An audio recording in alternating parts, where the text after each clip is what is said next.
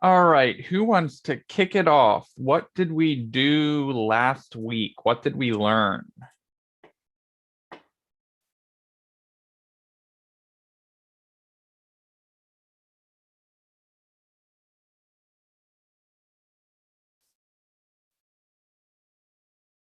We learned nothing. You continue to tell me how terrible of a teacher I am, but you cannot get rid of me yet. Got weeks to go, so I will wait until I hear what we covered last week. We did a full stack application. We did SQL. SQL is the dominant way to connect to a database. What kind of database did we use? Anyone remember what type of databases we used? Postgres. We use Postgres. That is the name of the database. Do you know the type of that database? The acronym is RDBMS. RDBMS, yeah. What's the R stand for? REST. Relational. You got it, Carolyn. Yep. So relational in that we use our IDs to use keys. So we can do joins across those tables, right? So we'll be doing a little bit more of relations in the next 2 days, not a ton tonight. I'm going to try and split up the data modeling, but yep, we use Postman to test out our backend. Postman is a very good way to test out your backend without having to build out a whole front man with it. A whole front end with it. Excuse me, not front man. My God, I had my second cup of coffee a little too early today, and it is all right. So Brielle, yep, we wired up our front end, our back end, our database. That is a very common thing to do, and that is the notion of a stack, right? So some really good discussion last Monday on the stack and kind of how all of those pieces fit together. Good work there. All right, anything else from last week that maybe any light bulb moments people had, anything like that?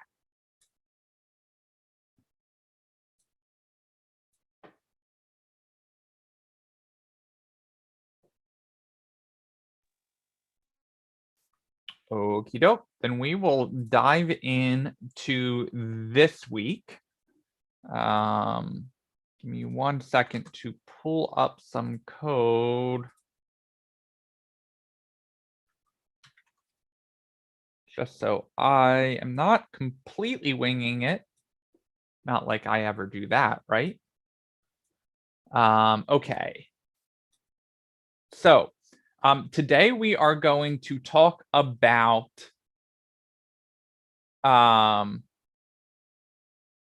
oh, 1 second. Sorry, I thought I got this.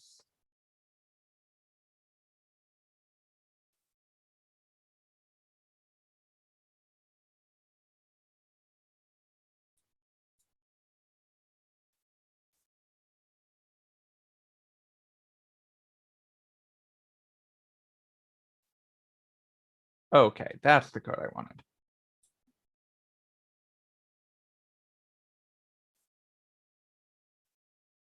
Okay, so today we are going to talk about object relational mappers.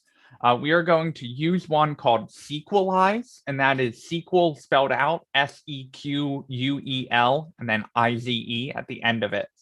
And basically the notion behind an object relational mapper is, hey, this SQL stuff is cool, but wouldn't it be nice if we could just tell our JavaScript what the database is going to look like and what to expect coming from the database. And we can use that ORM to just take our SQL queries and just give us these objects. And when we work on the objects, as long as our JavaScript code knows what that table is going to look like, we could update the objects and then just say, hey, save it and just shove that back in the database. Like, why do we need SQL? We've got JavaScript. JavaScript's so much better than SQL, right? Well, not always, right? Definitely times that we want to write SQL queries or if we're doing something more advanced. But the fact of the matter is 9 times out of 10, you're doing basic CRUD operations, right? Of, hey, find this ID, put it back in, update some of the data, save it, kind of get that whole flow going. So what we need to do for an ORM, excuse me, is we need to create what we call a model. And the model is just telling the ORM, in this case, Sqlize that we're using, hey, this is what the table is going to look like. So ORMs are a lot harder to set up because it's not just connect to the database and start running queries. But once you do get them set up, it is amazing how easy it is to interact with our objects and our data. So I am going to start a new server from scratch. Only to get that experience, remember the packages we're installing, keep ourselves familiar with Express and all of that stuff. We are going to redo our chat backend, except this time we're going to use our database models. And then we are going to be able to point our front end instead of the backend, which is using our SQL commands. We're going to use the ORM to do that instead. So by the way, no updates from Jesse this week, no announcements, which is the only reason why he isn't here. And I am a little bit behind on grading. So I should have weekly feedback scores and grades for your assignments and answers to any questions you have posted in Google Classroom by tomorrow night's class. Carolyn, no need to pool because we are starting from scratch, just so you guys get that practice.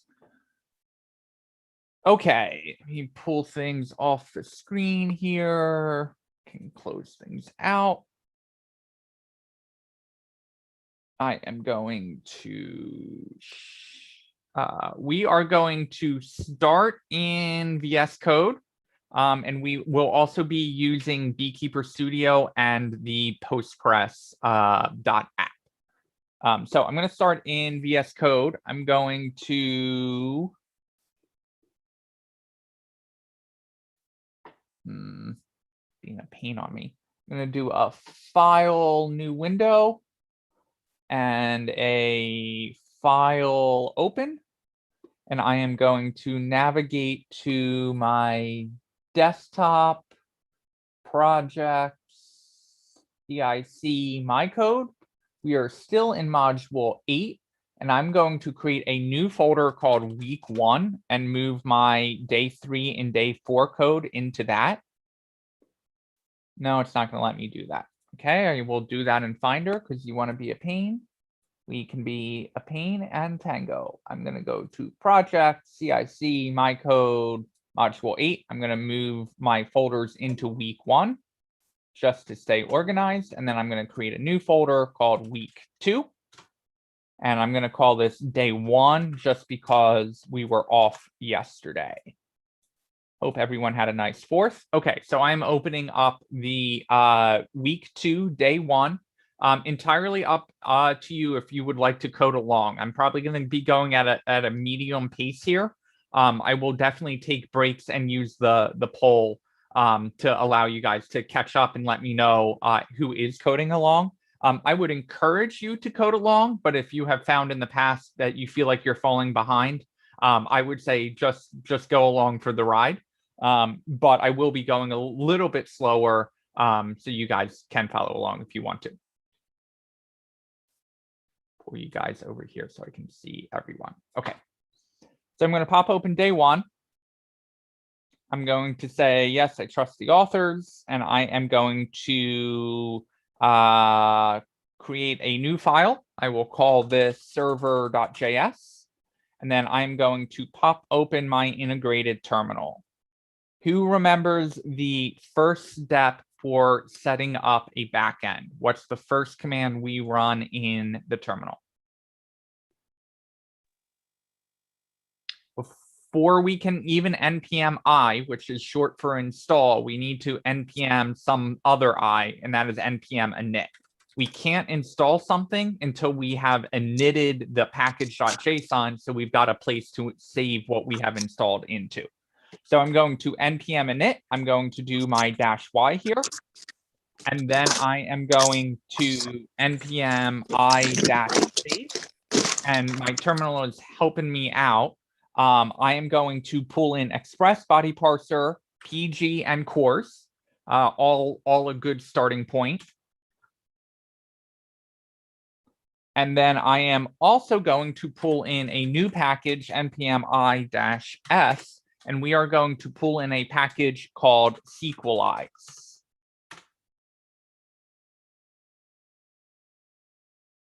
And Karen, if you could drop those 3 commands in the pasted code channel for us, just in case anyone is following along and needs to copy and paste. Let me pull this up a little bit. We had our npm init, and then we've got those 2 commands on the screen. I'm gonna make my screen a little bigger there. Okay, we're rocking and rolling. Let's get our Express server working first, so we can kind of say, all right, our backend is ready to go, and then we can switch over to getting the database connected and wired up as well. So first thing we do in the backend.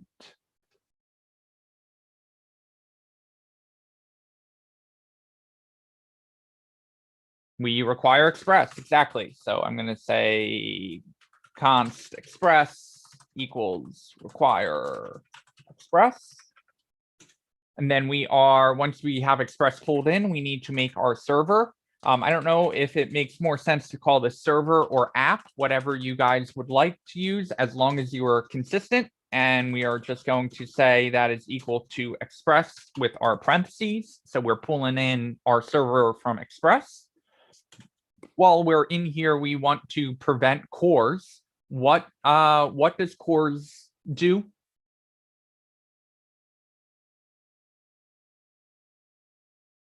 What does cores stand for?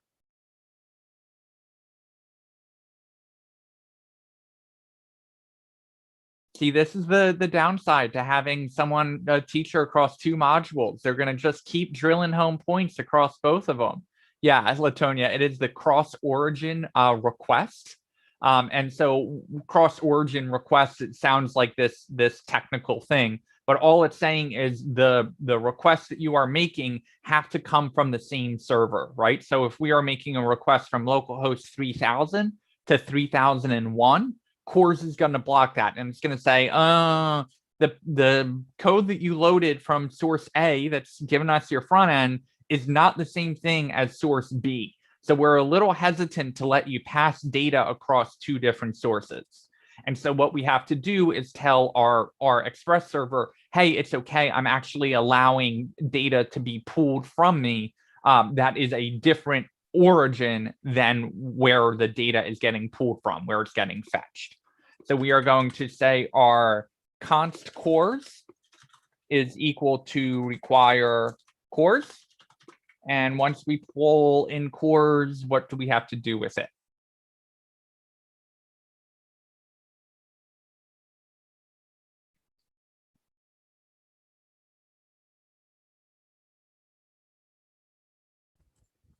Latonya, unmute if you're trying to answer him. I'm talking to myself, but I'm talking to you. Are we trying to set up the res send, or are we? No, we don't res send yet until we've got Okay. an endpoint. This is all still part of the server setup. Okay. And so we just pulled in cores from npm, but we've got to tell something to use our cores. Okay. So we're not listening yet. Nope. Okay. Listen comes 2 steps after this. Sarah said server.use. You got it, Sarah. So we have to server.use and pass in our cores, right? And so what that's doing is we're pulling this in from npm, but it's like, all right, great, you've got your cores. What would you like to do with it now? And so what we have to do is pull our server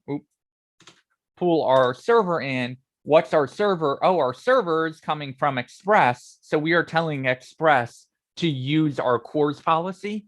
And because we don't pass in any parameters here, we are basically saying just allow all cores. It is possible to actually pass in an array there, and that array can be a list of specific core locations that we would like to add. But because we leave it empty, we're just saying, all right, allow all cores. Okay, so we've got our server.use. What is our other package that we want to get set up? Our body parser. And what does our body parser do?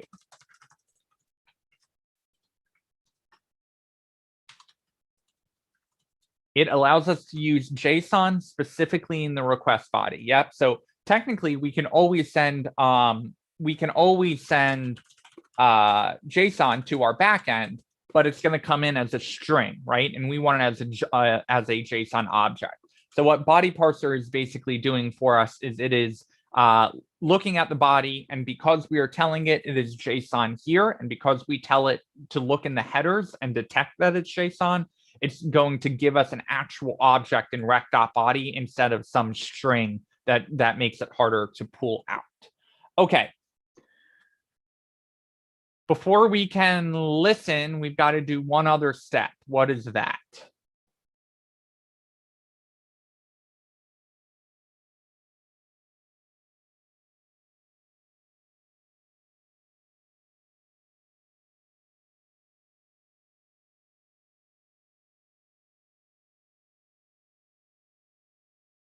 We need a root level path. You got it, Mel. So we've in order for us to access something on the port and test if the server's working, we need some way to have an endpoint.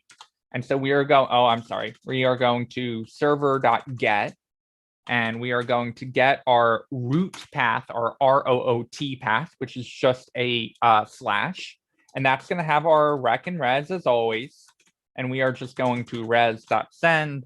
And let's get fancy this time and send some JSON back. So we'll send back hello and world.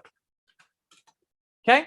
And then final thing we need to do, Latonia, you had it right. We need to server.listen, tell it what server we're going to listen on. I'm going to use 3002 just in case we want to run our other server at the exact same time. And then it's always good to throw in a little callback function here and say console.log server is running on 3002.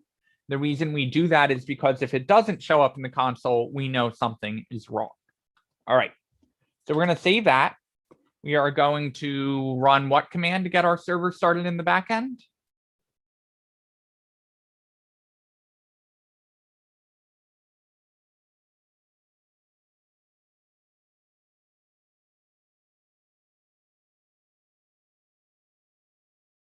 You don't run npm start here. Sure, you got it right. We're going to use nodemon.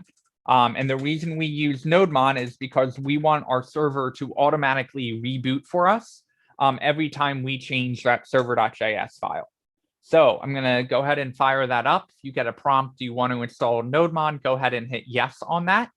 And so it says server is running on 3002. So I'm going to pop open a new Chrome window.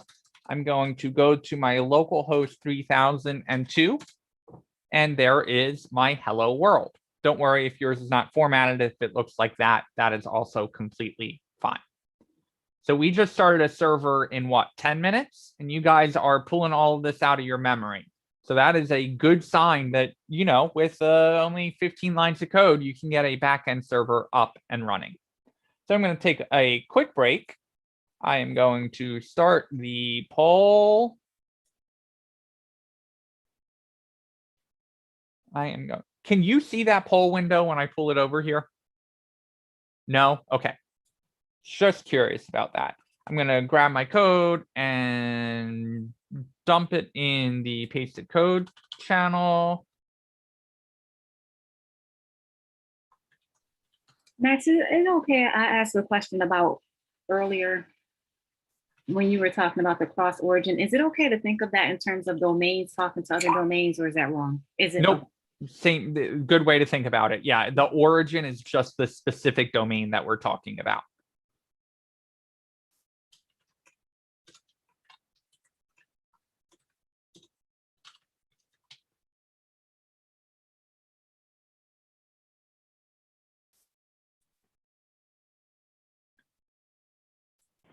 Hey, so I was wondering, how many servers can you actually, I know each one can have a different server, but how many can you have open at the same time through VS Code? Like, for example, I've got a project on 3000 and a project on 3001. I can keep going until basically VS Code shuts down, right? Pretty much, yeah. And it's probably not going to be VS Code that shuts down. If we actually, this is a good question. If I pop open Activity Monitor, which I just did quickly with Command Space, and I typed in activity, I'm going to do a search for Node up here. And you can see I actually have 4 Node servers running in the background right now. So when we run Node in the command line, it's actually starting another process for us that's running in the background, eating up some CPU, eating up some RAM.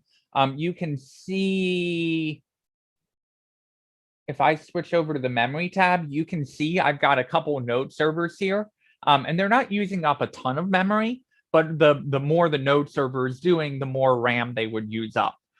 So you could theoretically have thousands of servers running at the same time. But it depends on how much CPU utilization they're using and then how much RAM they're using. So in theory, I've got 4 of them running here. If I move this down and hit Control C, in theory, my Node server should disappear, right? And I'm not sure why there were so many of them. It's common to see 1 or 2. It's kind of weird that 3 of them disappeared. But if I restart my server, which you can't really see that I'm doing, if I hit up and enter, a second or 2 later in our activity monitor, you'll see a couple Node servers pop back up. I've got a theory that there are a couple of them because I'm using NodeMon. So I'm going to wait for them to disappear and then start it up again with Node server.js. And let's see, only 1 of them came back. So those other 2 that are running are actually NodeMon using Node to detect if my Node server has changed my Node code. So no. Okay, so basically, we just get extra Node servers. The other thing, and I don't know if you guys have ever noticed this, when I am working and listening to music, my status in Slack has little headphones next to it. And if you hover over it, you can see what song I'm listening to. That is about 50 or 60 lines of Node code that I have custom written and integrated into Slack. So this other Node server that's chilling in the background, every minute it's checking to see if I'm playing music from Apple Music. And if I am, it's sending that information over to Slack to go update my status. So Node, super powerful, not only for just creating backends, you actually can run Node servers on your own computer to pull off tasks like pulling in data and passing it around. Okay, I'm going to stop my server with Control C because I started it with Node, and I'm going to start it back up with nodemon.js. We've got 9 people in, so that is a very good sign that people are following along. Any questions before I keep going? Okay, so now we need to get our database up and running. So I am going to open the Postgres app. In case you guys can't tell, I'm a huge fan of hitting Command and Space and typing in the app name instead of opening up the applications folder. But if you have it in your dock, however you launch it, doesn't matter to me. We're going to pop open Postgres and go ahead and hit that start button. I actually can't start it because I run my server a little differently. But you guys should all start up your server. I'm pretty sure you can actually close this and it won't stop the server because it will put it up in your menu bar for you.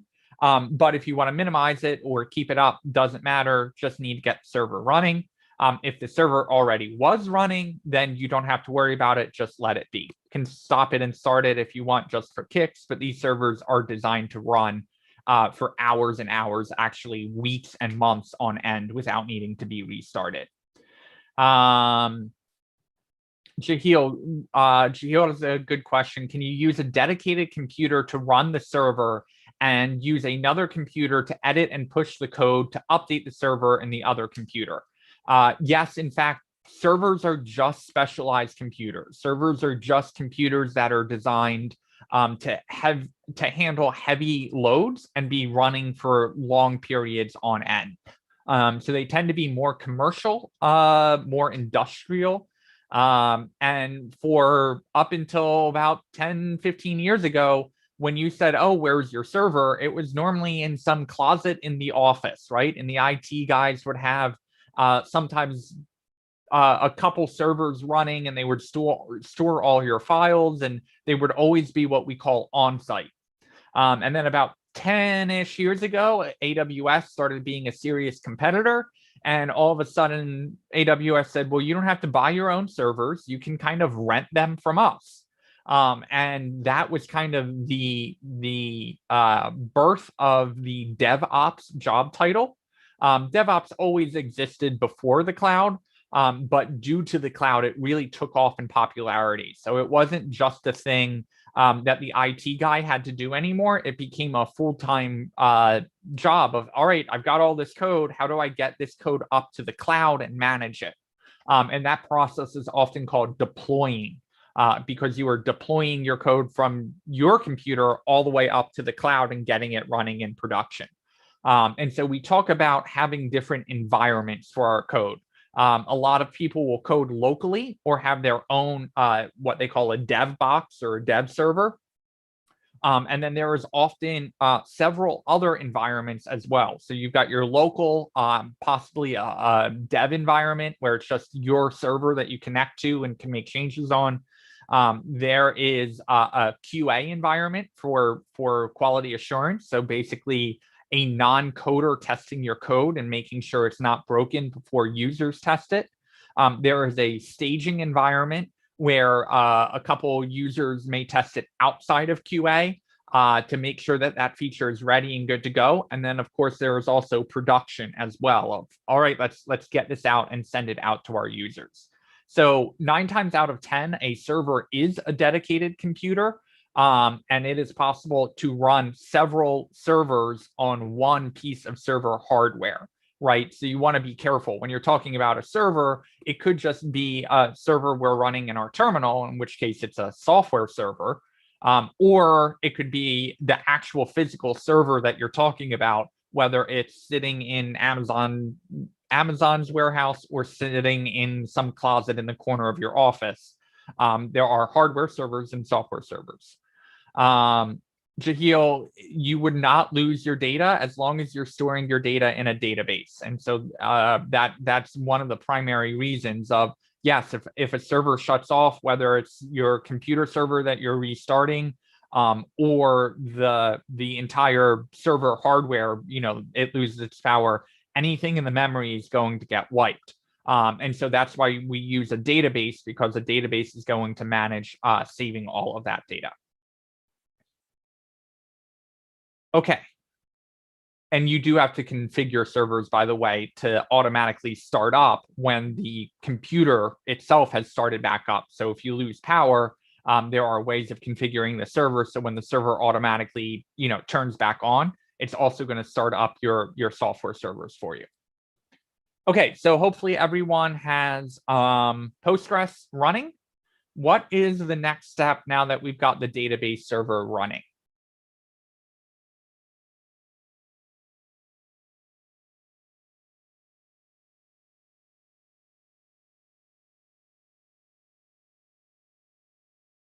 Beekeeper, and we got to connect it in Beehive. You got it. So we are going to pop open Beekeeper.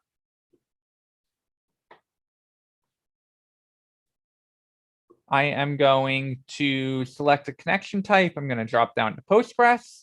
I'm going to connect. My default database is just my username. I'm going to go ahead and hit connect.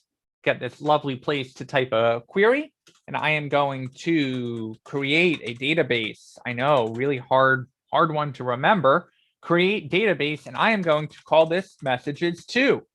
It's almost like I had some foresight and knew that messages alone wouldn't be enough, so we numbered them in the first place. All right, we're creating our messages 2. So I'm going to run that.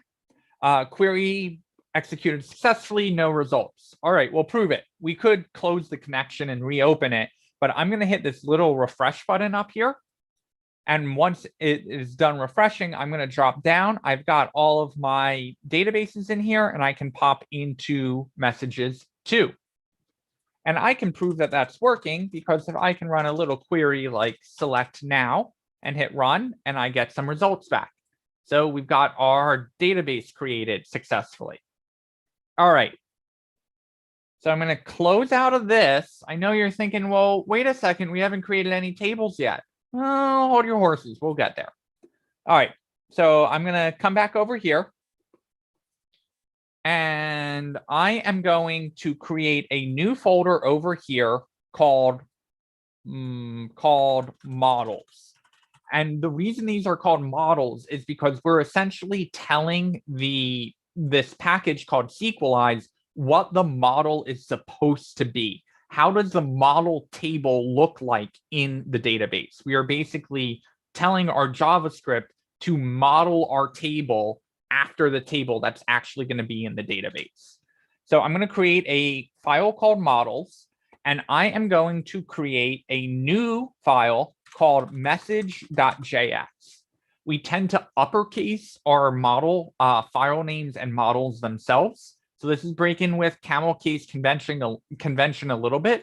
Not a requirement to capitalize it. If you make it lowercase and are consistent about making it lowercase, that's fine. But you're going to see in a minute why it makes more sense to uppercase it. And if we don't, if I don't come back to that in the middle of class, remind me at the end and I will go over that.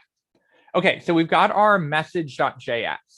So we are going to start using Ariel, you are right. We also use capitals for components, and that is only in React code. So different naming conventions, different times to use uppercase and lowercase.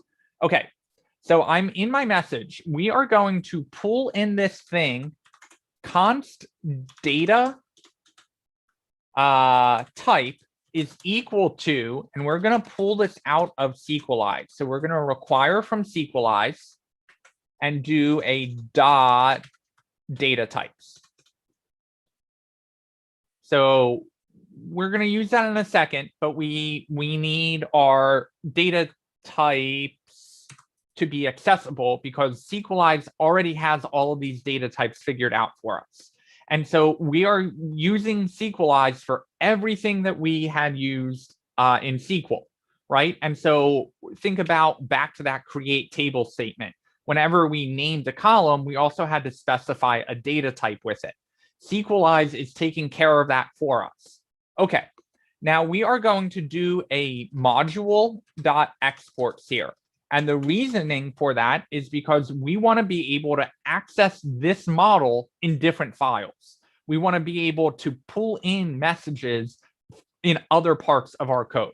So we're going to do a module.exports, and we're actually going to say, hey, you need access to the DB to do that.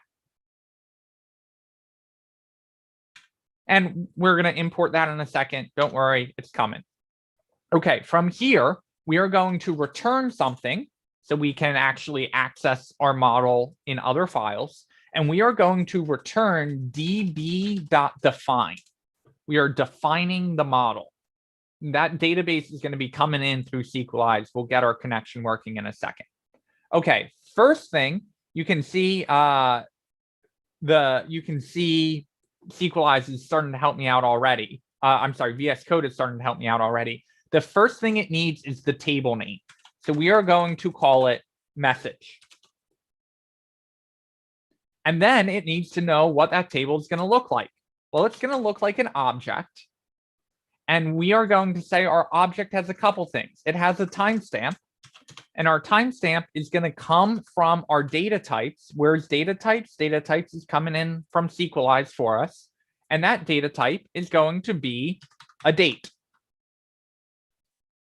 Okay, what else are we going to put in there? We're going to put in our content, and our content is going to be a DT, a data type .text. And notice these are all capital coming in. That's because Sqlize is providing them to us all as capital, so we need to match that. We are also going to add in a received field, which is a data type .boolean. Tonya, don't tell me it's spelled wrong. Okay. Caught that one before it became a major issue. And then the last thing we're going to do is throw in our ID. And it's best practice to make sure our ID is up front, right? So ID almost always tends to be its own column and the first column. And we actually need to pass it several pieces of information. We're not just passing it the data type. We want to tell it that the ID is special. So instead, we do an object in there. And in that object, we still have to declare the type as a DT data type.integer. But we want to tell it, hey, this is the primary key. This is the special thing in the table that's going to make it so we can link things together. And oh, because it's the primary key, go ahead and auto increment that for me.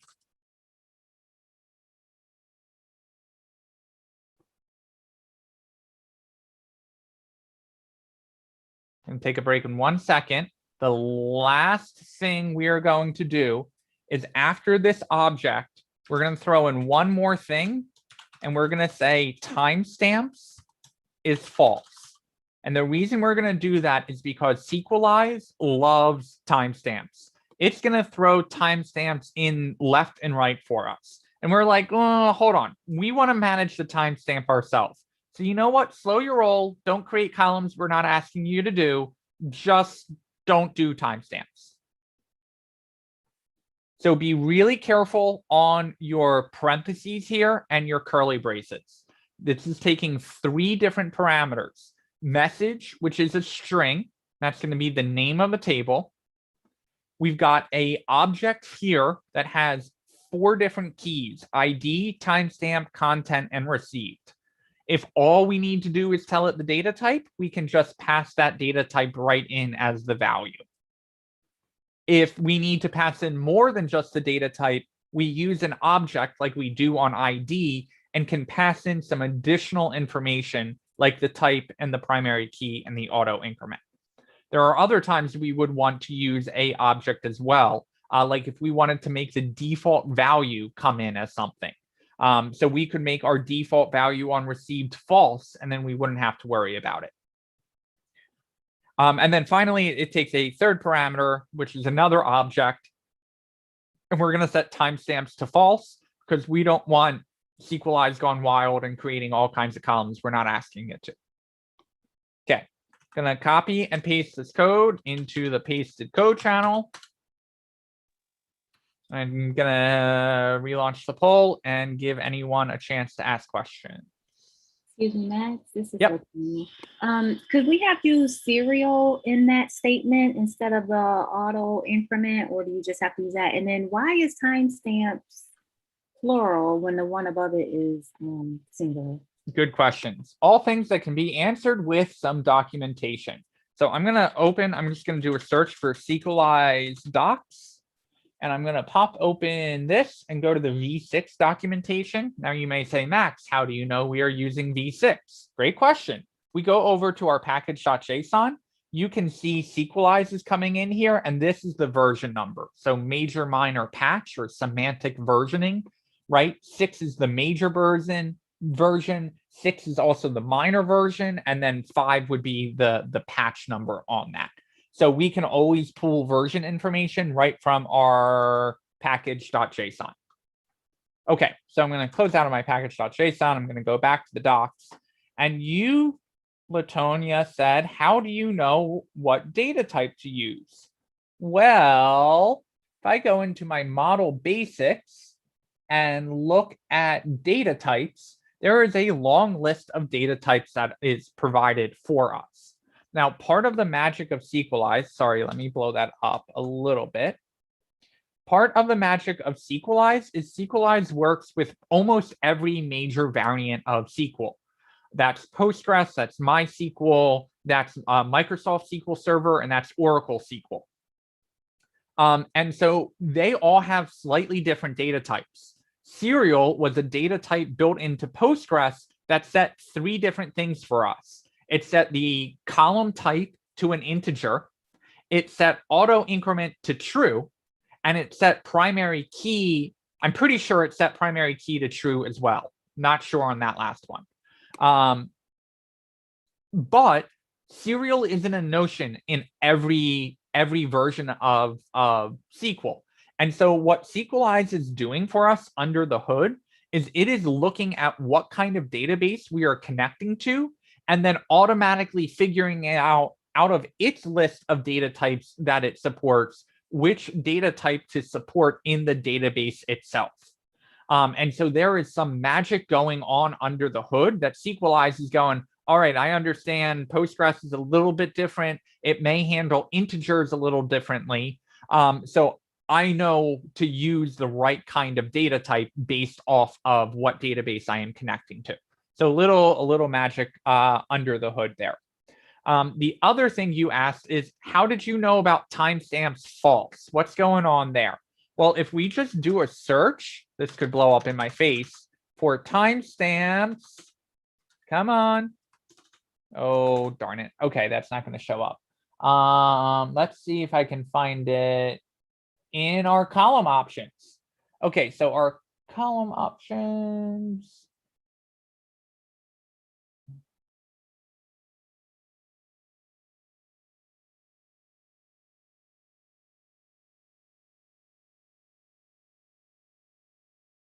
Timestamps. Don't ask me why that didn't show up in search. We were still under our model basics and timestamps over here on the left. And it says by default, Sqlize automatically adds the created at and updated at columns to every model. Not the end of the world. If we left timestamps in, it probably wouldn't hurt us too much. I find that annoying. I'm like, don't try and add anything extra that I don't want. I'm taking care of the timestamps myself. Slow your roll. And so what they do is they say this behavior can be disabled for a model, right? The model we created with the timestamps false option. And so you can see this is the name of our table. These are all the attributes we created. And then there is this other thing called timestamps false, which tells Sqlize just don't create the created at and updated at columns for us. If you wanted them, that's fine. The reason why they are plural is because that's the option that Sqlize defined for us, right? It's saying timestamps are false. That's what it defined.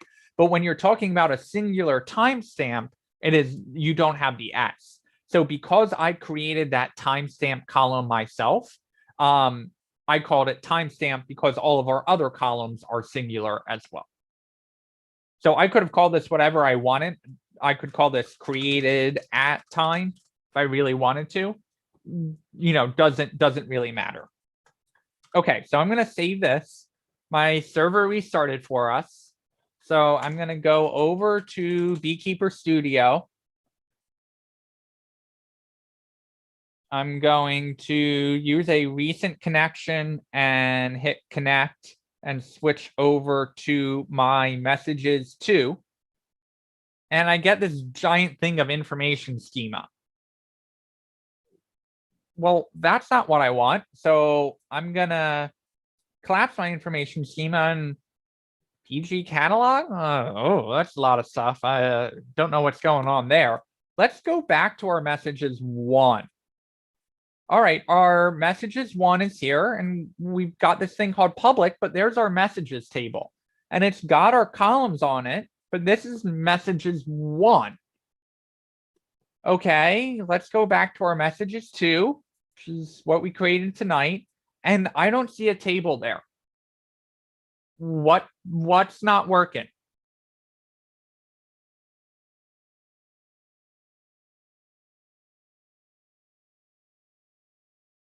There are two steps that we are missing.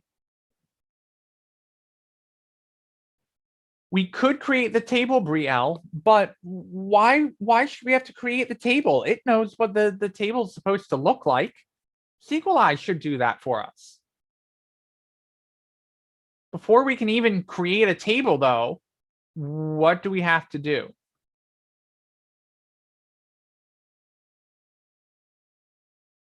We have to link the files in VS Code. That is one of the steps of the two. So let's get that link working, right? Because Kyle is completely right. We did our module.exports, but like we can throw console.log going crazy here No going crazy here. Well, we just created this whole file and we're like module.exporting it, but our server.js is like, I've got no idea that that file exists. Okay, so what we need to do is we need to set up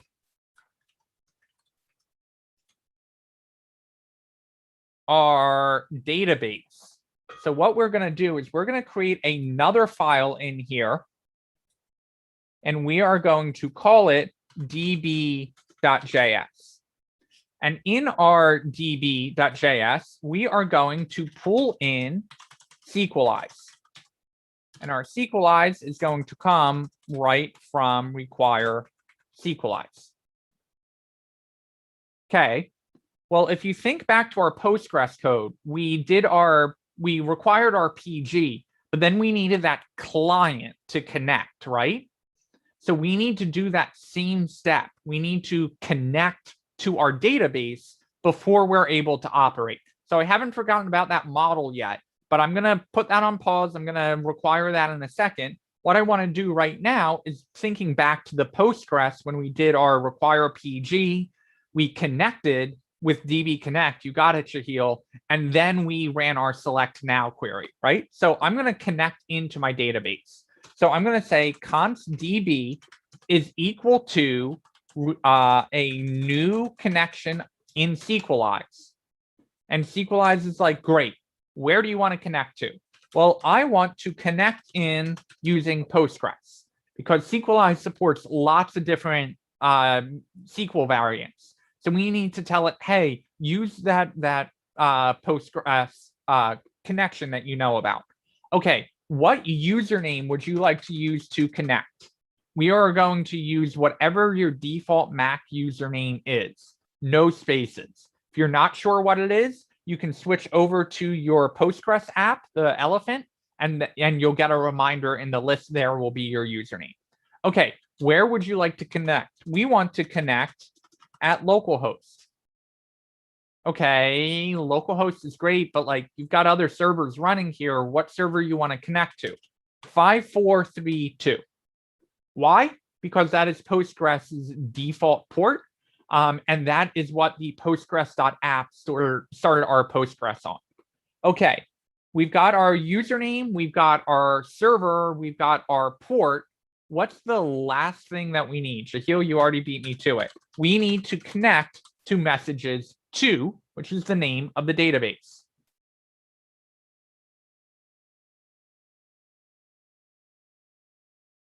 Okay, now that's great.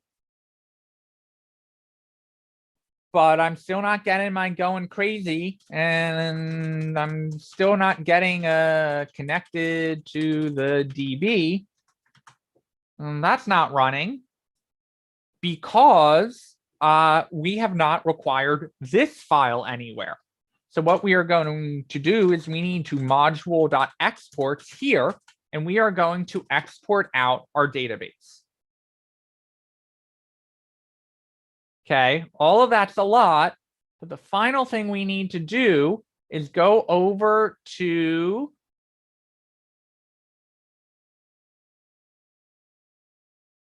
our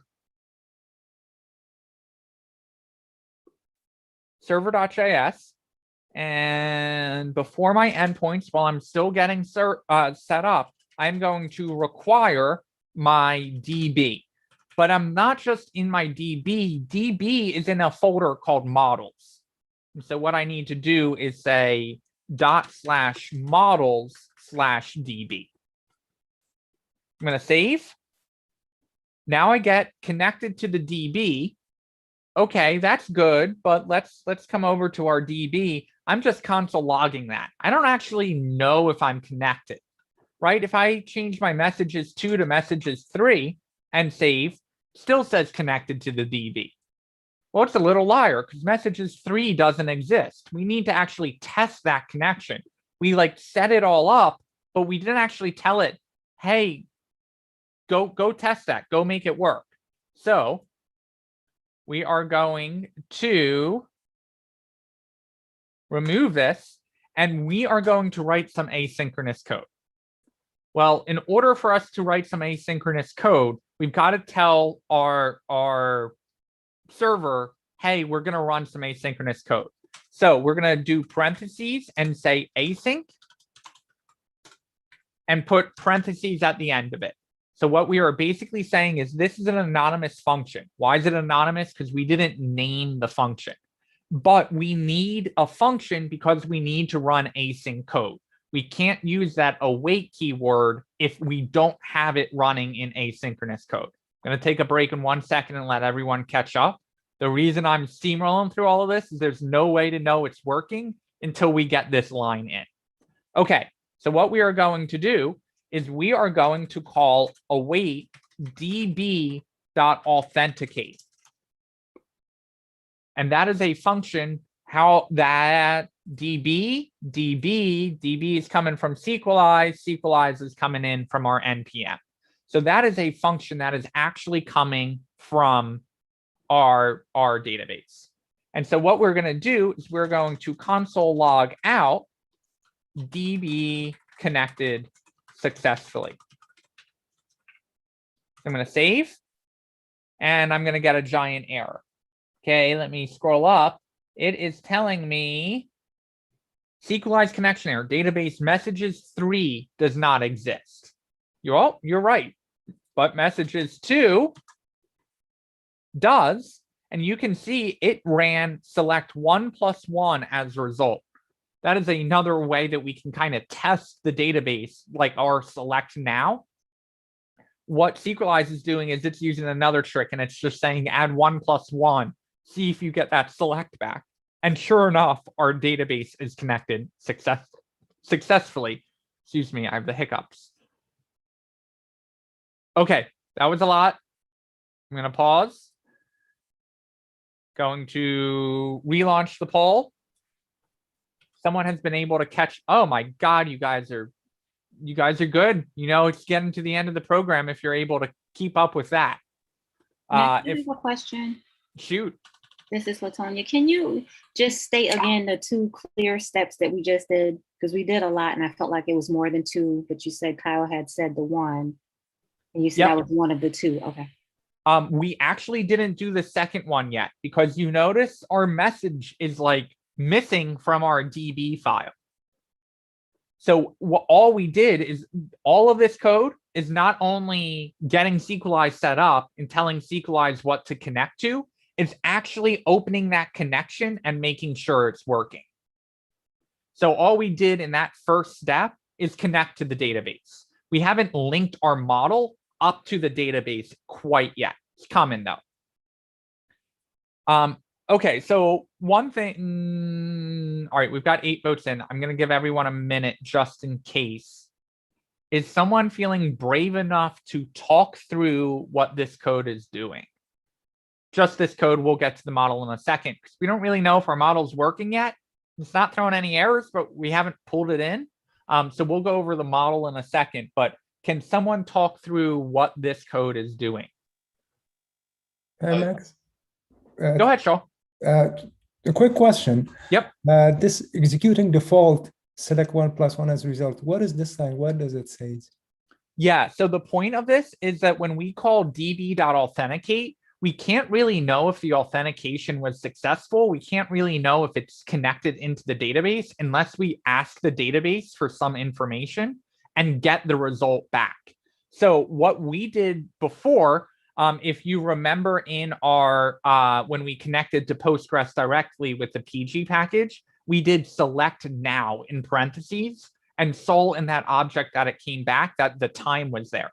This is a similar trick, right? We don't even need any tables created in our database to be able to check that we're getting a result back. And so we can actually copy this and paste it right into Beekeeper Studio and see what it does. So if I hit run, you see my result comes back and the result is 2. What Sqlize is basically doing is not only is it connecting to the database, it is running a query in our select authenticate that is making sure that when it asks the database to add 1 and 1 together, it gets 2 back. Thank you. So we're kind of testing in addition to authenticating. And the only way to test is say, hey, database, please give me some information and return it back.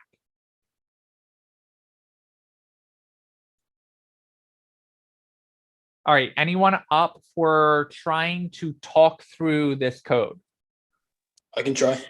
Go for it.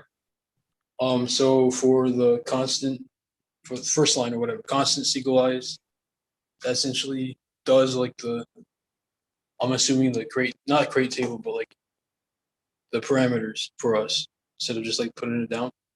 So all it's doing is pulling in Sqlize from NPM so we can access that code that Sqlize has created for us. Okay. Okay. All right. Constant DB would be like we're grabbing the Sqlize object or variable that we imported. Yep. And we're connecting to the Postgres server with our username, which is a default database for now, and we're connecting it to localhost with the default port / our database that we actually activated, which is messages 2.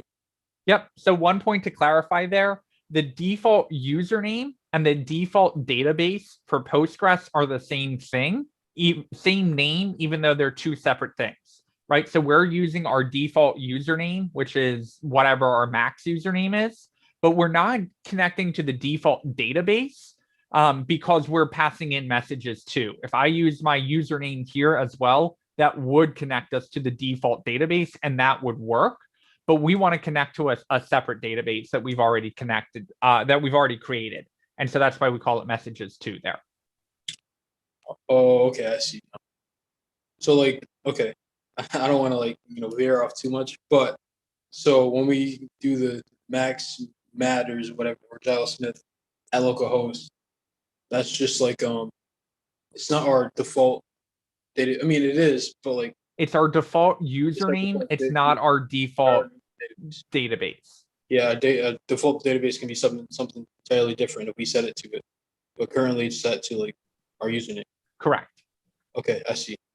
And Ariel, do you have a question? It was kind of along the same thing. I've noticed that when it normally connects, it's 5432. I know you went over this. Can you just like hit that one more time, please, about why that's the default? Yeah, Postgres's default port is 5432. I should know what MySQL's default. MySQL's default is 3306. Do not ask me why. But if we go to the Postgres app and take a look at the defaults here, you can see that they're providing us the defaults. And they're saying that our username is whatever our system username is, and the database name, the default database name is the same as our username. So this is just how Postgres.app and Postgres itself are configured to default. It is possible in the Postgres app to go into our server settings and actually change what port it's running on. So if you wanted to change that port, you could. But because nothing else is running on 5432, it's like we might as well go ahead and use that. Oh, so it's different per, like I did notice that on the Postgres app. So it's different per what you're using. So it's not always going to be the 5432. That's just for Postgres. SQL has its own, everything has its, okay. I just wanted to verify. Thank you. Correct. Yeah. MySQL uses 3306. I've never paid Microsoft or Oracle for the privilege of using their software. Can you tell I'm a little bit of an open source snob? But I'm not sure what their ports are. They are different. They can be different across them, and they can be changed. If you really want to screw with someone, you can make your Postgres run on 3306 and connect to Postgres on 3306, and everyone will think it's MySQL, and it's actually Postgres. Doesn't really matter as long as the port is open. Can't have two things running on the same port. Okay, no, thank you. All right, does someone else want to take the second half of the code trying to explain it?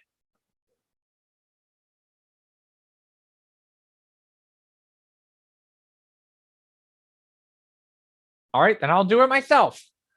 So we want to use this await keyword, right? Because otherwise we're going to get into promises and it's going to get messy. We want to wait for the database to connect. And if it has, console log it out. If we don't await for the database to connect, we could run in a situation. Let me just comment some of this out. If we took out our await and save, all right, server's running, executing our default select, but you notice it says database connected before it even ran our select. Well, how can it know it's even connected? Well, I can change my messages to messages 3, which we know that doesn't exist. And yeah, sure, I get an error, but it tells me my database is connected successfully.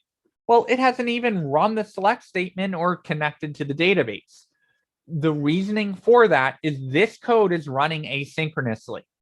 So that code is running in the background and it's not going to tell us it's a problem until we say, hey, hold up, don't run any code after that unless you wait for the result to come back.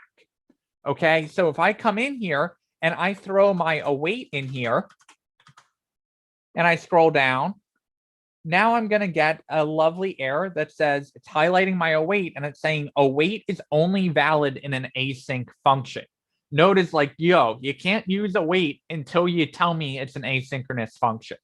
So what we do is we say, all right, here's this asynchronous function. And then these parentheses are saying after you make that function, go ahead and run it.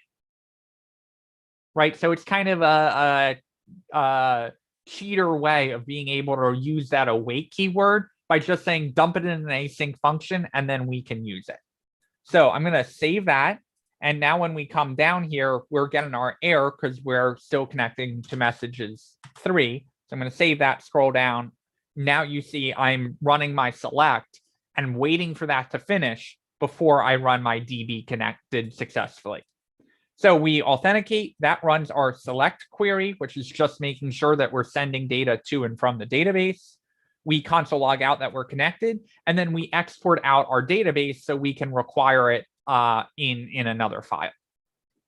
Okay, all of that's cool, but you know what? When I connect to 3, this is a really ugly error, right? And yeah, we can deal with this, but wouldn't it be nice if it just said, hey, database is angry at us? So what I'm going to do is just do a try. And then I'm going to catch something. And I'm just going to console.error DB connection failed. Everybody panic. So now when I save that, I just get this very nice, oh, database connection failed. Let's slow down your roll and fix that. So I'm going to come back up here. I'm going to change this back to my messages 2. Save. Now I see my executing and my DB connected successfully. All right. So one of the problems, but when I go back to my Beekeeper Studio and do a little refresh here, refresh on my entities, I still don't have my messages table. Well, I don't have my messages table because messages like chilling out over here. I haven't pulled it in yet and said, hey, Sqlize, here's this model that we have. So in order to do that, what I am going to do is I'm going to wait for my database to authenticate. And after it has authenticated, I am going to require, and I'm going to say require from the same folder, my message.js. But we've set up our database here. And if you look in our message.js, it needs the database passed into it. It needs to know, like, what are we connected to? What are you trying to define? Where are you going to put that model? So what we need to do is go back to our db.js and pass in our database that we've connected to and verified that we're authenticated. Okay, so we've got our message in here. Going to save it. And I have going crazy here. Well, where did my going crazy here come from? That came from my message. So now we're importing it. Okay, that's cool. I'm going to take that out because we don't need that anymore. I'm going to go over to my database.js. I know the code's pulling in. Go over to my Beekeeper and I refresh. and I still don't have a public with my messages in it. There's one more thing we need to do. We need to tell the database, after you've pulled in your models and defined everything, sync the models with whatever is in the database. Actually go create the tables for us. So what I'm going to do, I'm going to come over here, and after I require it, all I need to do is tell my database to sync. And as soon as I hit save here,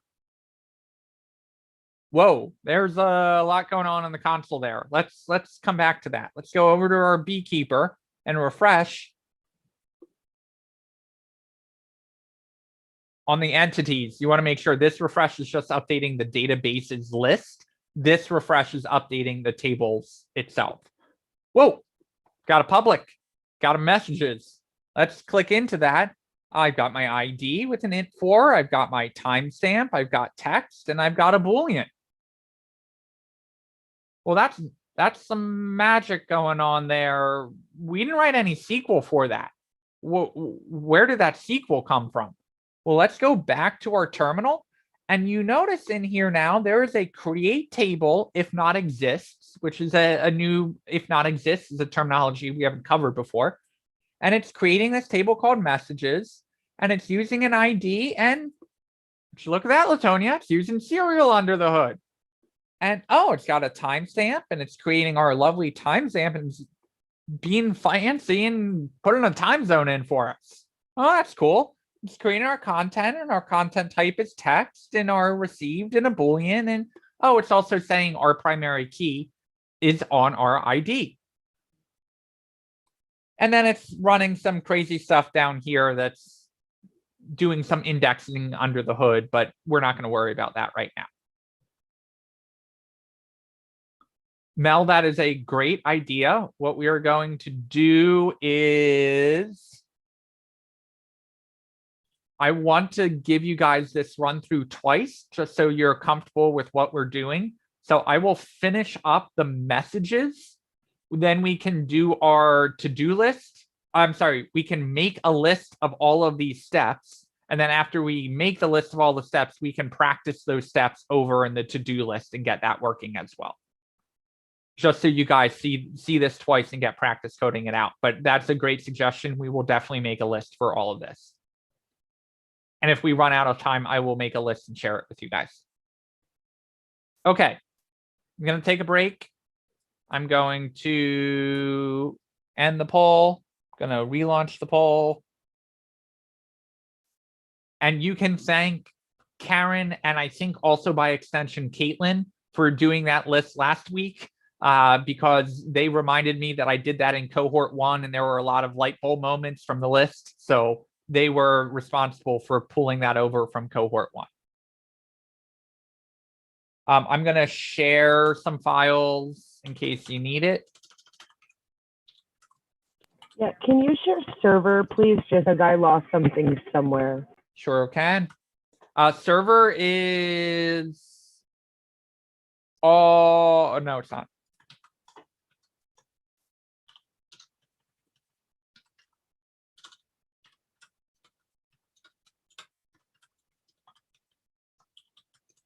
There's server and message is also coming your way. Just be careful and make sure that your message.js and db.js are in the correct folders. And I did lose a lot of you somewhere, so that's probably a good sign, actually. We're going to take a break, take a breather, let you guys catch up. Got any questions, unmute or throw them in chat.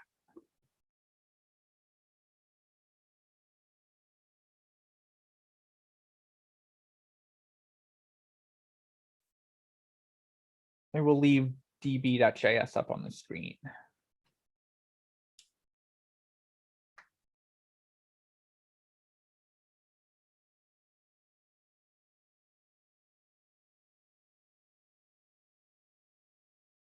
Yes, if you did not install Sqlize, or you're getting a message that Sqlize is missing or unknown module or anything like that, you want to run your npm -i-s npm space I space dash s space and then Sqlize all in lowercase.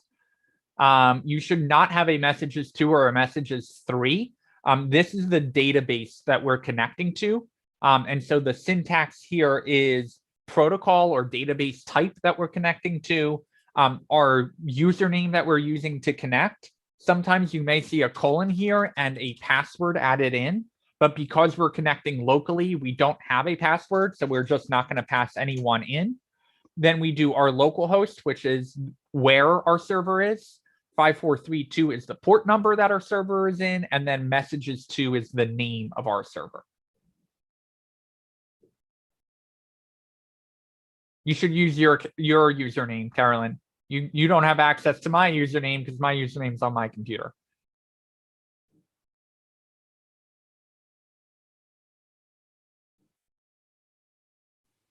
Hey, Max. Yep. It's Latonia. I hate to ask this, but could you just do another quick recap about the hacky part where you ran the async by just putting the Sure thing. command? Okay. Yep. So if I take out my await here and just comment out my async, what's going to happen is it says DB connected successfully, and then you see executing select 1+1 as result. Well, there's no way to know that the database is connected successfully or not unless it runs this query. So how is my code saying it's connected successfully when it hasn't even run this query yet? Well, what's happening is DB authenticate is actually asynchronous code, meaning that we can tell it to run and it's not gonna stop any code running underneath it unless we tell it, hold up, I actually want you to finish running before we move on to the next thing. So we could do that with a promise. We could say .then, but then you end up in callback hell or chaining hell, right? Where it's just all your code indented and you're like, no, I should be able to tell my code, wait for this to be done and then move on to the next thing. So what we do is we throw in an await here. Well, what's going to happen when we throw in that await is it's going to tell me await is only valid in an async function. Notice, like, you need to give me a heads up. If you're running asynchronous code and want me to wait for it, tell me that it's asynchronous. So what we do is we create a asynchronous function, right? And we've seen async functions before. That's all fine. But if I save that, you notice my DB connected successfully isn't happening. It's like, well, why not? I made a asynchronous function. Well, what's it take to run a function? It takes those parentheses, right? We're just creating this function, but we need to actually run the function. So what we do is we wrap this whole function in parentheses and then add our cheater, hey, go run this function. And what that does is it does our select and it makes everything running and we are good to go. The other way of doing this, by the way, is if you're feeling like that is way too hacky for you, you can say const connect to DB equal to empty parentheses. And then we actually need to tell it it's async. And we use our arrow function. And we close out our curly brace and we save. And nothing happens because the same problem. We told it, hey, make this thing called connect to DB, but we never called it. We never told it, hey, go run connect to DB. So I can leave it either way. If this is more clear for you guys, feel free to use this. But all we are doing is this is a named function, right? Or we just made an anonymous function and then told the anonymous function to run right away. Why is it anonymous? Because we just didn't give it a name. This is a named function, and then we need to tell it to run that named function.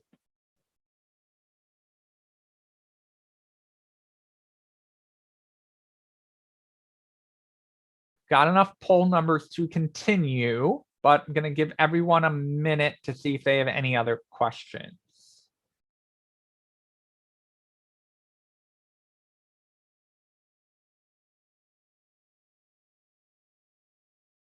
Okie doke. Let's get down to some magic. So what? Sorry.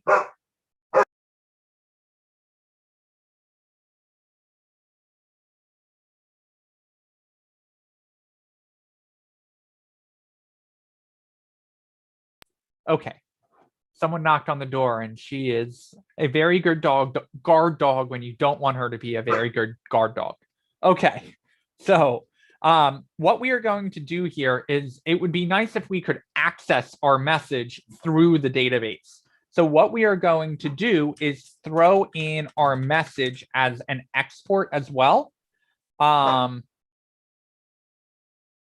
we're not going to do that. Pretend I didn't do that. We're going to see if we can do it without that. I set up a very advanced example for me to reference my own code, and I'm realizing that advanced is not always the best thing to cover right out of the gate. So we're going to try it a different way. So we've got our message. We're connected to the database. We know our model is working because we can see our messages in here.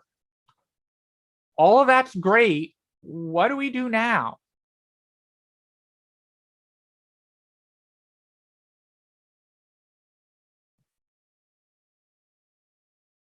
Hint, you all know the answer. We got to send a query to the database. And how do we send a query to the database using Express?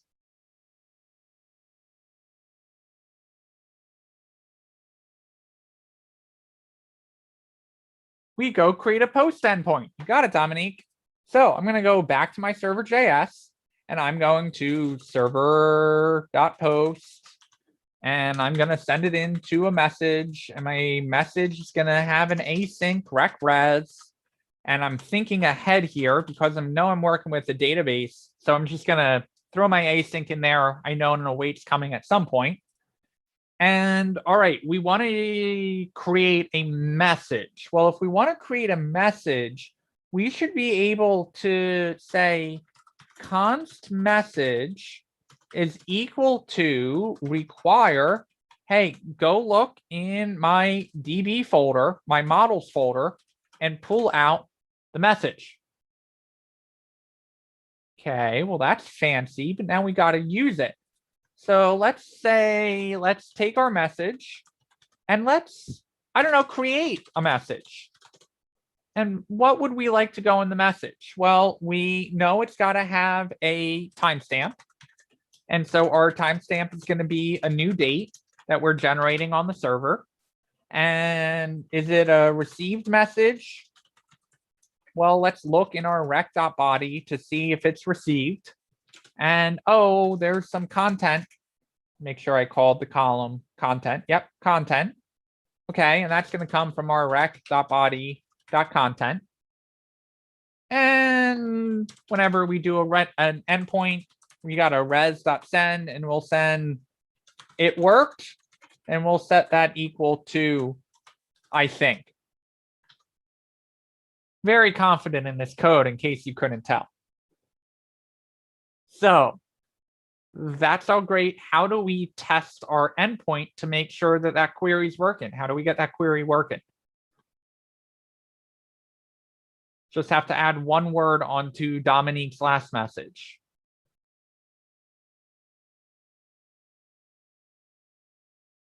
We're going to post something. We aren't going to send. We need to post. Where do we make a post request? In Postman. So we're going to fire up Postman.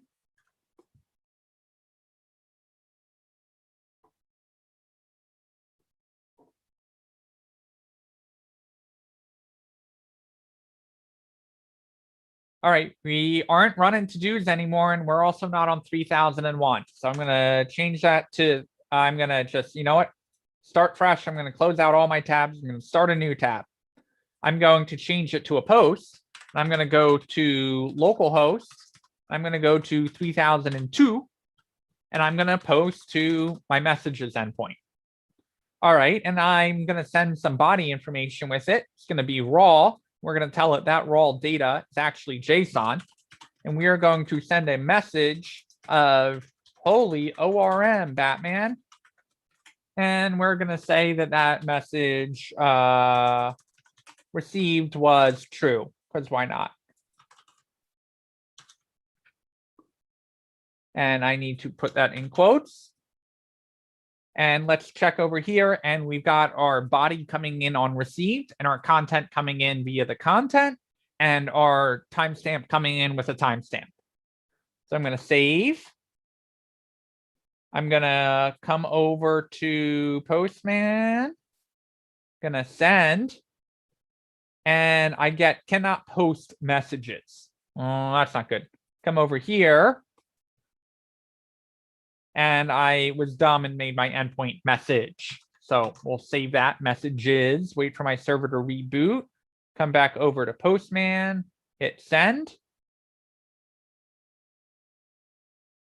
Ooh, I made it cranky. Not coming back with something. Let's see what's going on over here. I'm gonna pop this open. And it says message.create is not a function. So I'm going to look in my message. And that is because it's expecting the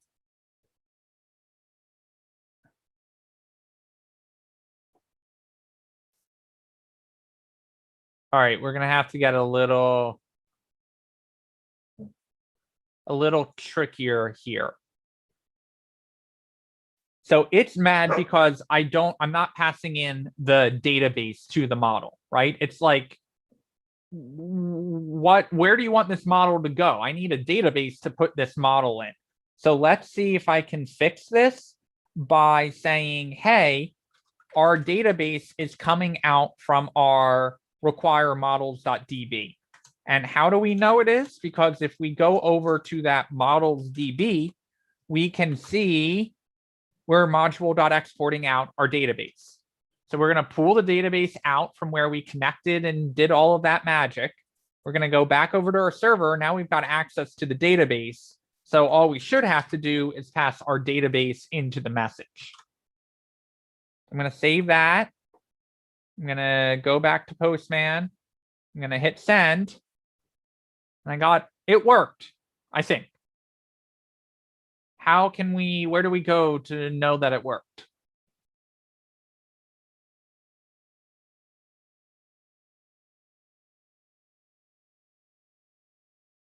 Beekeeper. So I'm going to go over Beekeeper. I'm going to double click on my messages. Holy ORM, Batman. We got data in there. Okay. That's cool, but we can squeeze one more step in before we go to break. I'm feeling ambitious. If we look at our old code, Post not only did a create, it also sent the messages back for us. So what we can do is say, all right, after you create the message, go say const messages is equal to message dot find all of them. And then we are going to, messages, because it's plural. Then in here, we are going to send back our messages. I'm going to save that. I'm going to come over to Postman. I'm going to post Holy ORM Batman 2. And I hit send. And I get messages empty. Well, that's weird. You can go back over to Beekeeper and I'm going to hit the search button and there's my message showing up. It's still creating. All right, something's going on with this find all. Let's console log out our messages. Go back to Postman. I create Holy ORM Batman 3. I send it. Still empty. But when I hop over here, what logged out? Promise. Pending. Those promises, they're out to get you. Anytime you run a database query, it's returning a promise.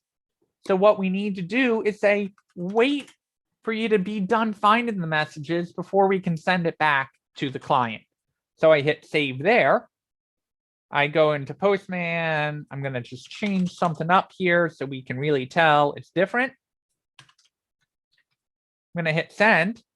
And Holy ORM Batman, Holy ORM Batman, Holy ORM Batman 3. Now we're getting messages back. That's progress, but I just created that message different. what's going on there? Well, let me go look at my database. What's in my database? What the heck? Anytime we query the database, we have to wait for that query to be done before we move on to the next one. So it's kicking off my insert for me, going, yeah, I'll insert that. But we want to say, wait for the insert to be done running before we go and find all the messages. Because if you're not done inserting it, if you're not done creating it, then how the heck are you going to find them all? So we're going to await our message.create. Save, go over to Beekeeper. I'm going to just add some new lines at the bottom of my terminal there. All right. Go to Postman. We'll just say test. We'll hit send. Now we've got all of our messages, including our test. And you're going, well, wait, Max, what happened to all that SQL? I like that SQL. Well, you can see in our console, not only is it console logging out all of our messages for us, which I'll take out, it is running our insert into messages. It's using all of our model information and knows what columns we're trying to insert it into. And it is inserting, it's doing something fancy and not showing us the values that it's inserting, which is also how it's doing the SQL injection prevention. Remember that drop table students or drop table messages, because it's using these $signs, it's preventing that code from even running. It's being smart and saying, only put the values of this in. Don't think that I'm actually giving you more SQL to run. But after it does that insert and hides the values on me, which is a little bit of a letdown, you can see it's running a select statement. Well, why is it running a select statement? Because we told it to find everything. Okay, that's pretty cool. Let's save. We're at the 7 o'clock mark. So I'm going to relaunch the poll. I'm going to pull our server.js. And I'm going to just update the message from 643 in Slack. That should be the only file that we changed. And I'm going to say, don't take a break yet. I want to see how many people are going in the poll. And after we get most people in, if it is already working, you can feel free to take your break. Otherwise, I will wait a couple minutes and then let you all go on break.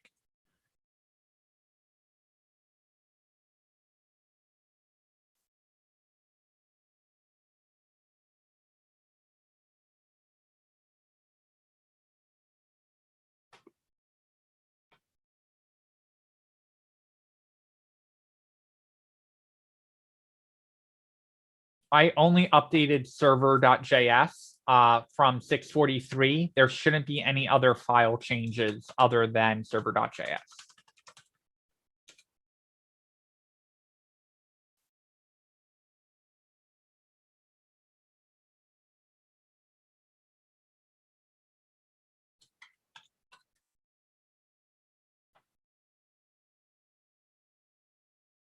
All right, the scales just tipped into the no, but keep going. So I want to make sure you guys were following along. Let's take our break. We'll come back at 7:20 and come back with any questions you guys have, because I want to make sure we're in no rush here. We can take time and answer questions and get you guys caught up. So go ahead and take your breaks. We'll come back at 7:20 and I will answer any questions that you have.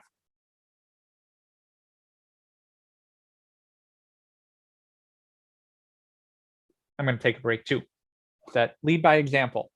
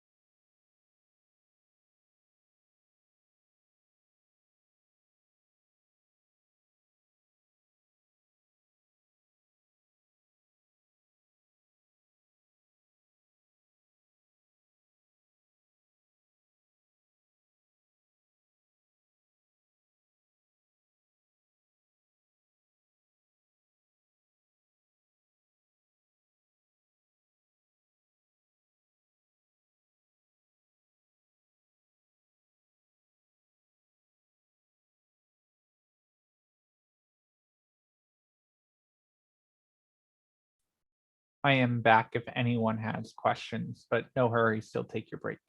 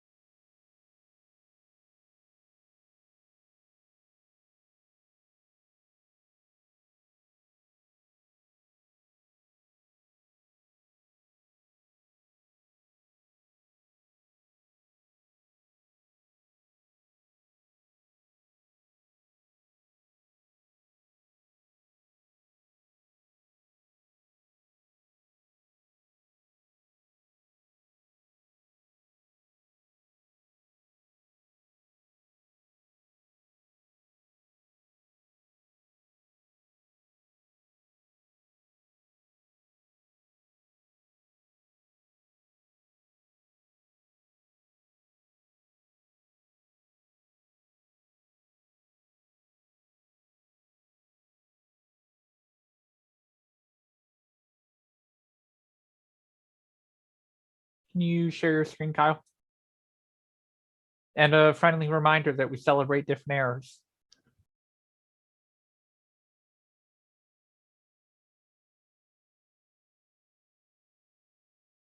And I'm going to unmute you or ask you to unmute as well. Sure. Okay. Okay, your require is not a function. Let's go to That's on DBJS. Yeah.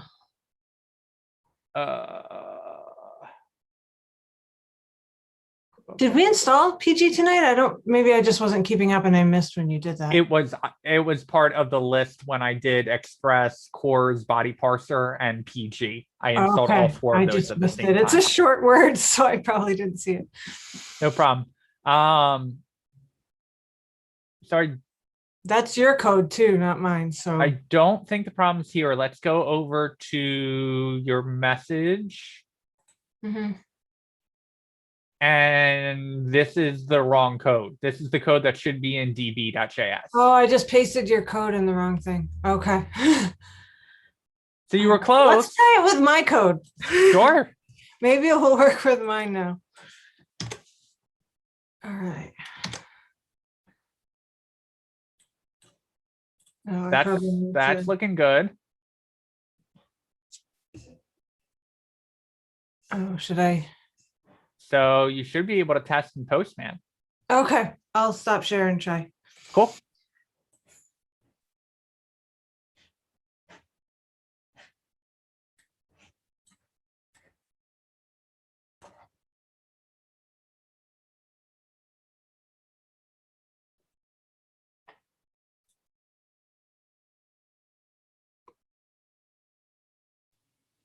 Hello, Max.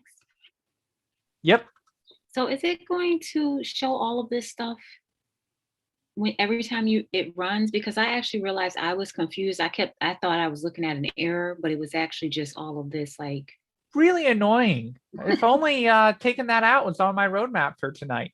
Oh, okay. We're going to finish out the other endpoints and then I'll show you how to turn that off. Oh, great. Thanks.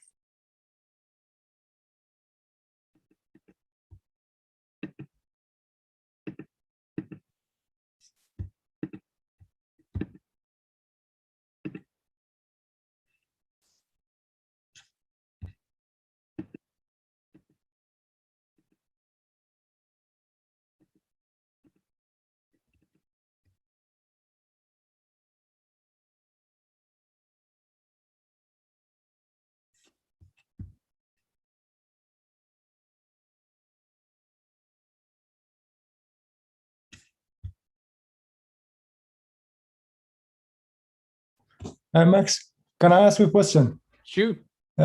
So I see that the postman sent messages to beekeeper, and when I right click, it says delete. So if I delete this one, what happens? The background gets kind of orange. So what happens to the actual row, the actual message? If you delete from where? Beekeeper. Beekeeper is just what you're using to access the database. So if you ran a delete query on messages and then reran the post query, you would see that message would be gone.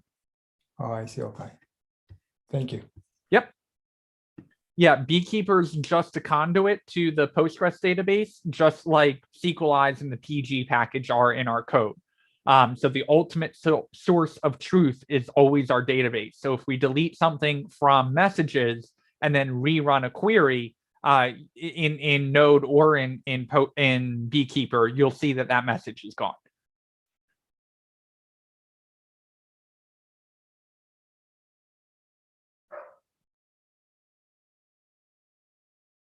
All right, so I'm going to actually relaunch the poll now that we are back from break.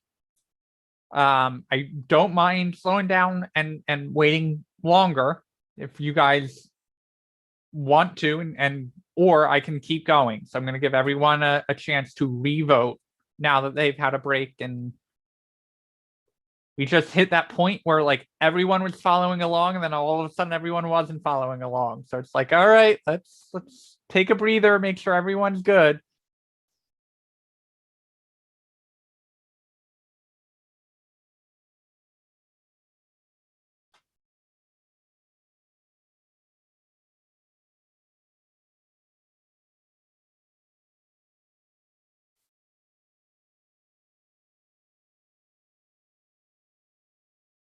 And if there are any sections of code that you don't get, let me know which ones. I'm happy to re-explain them.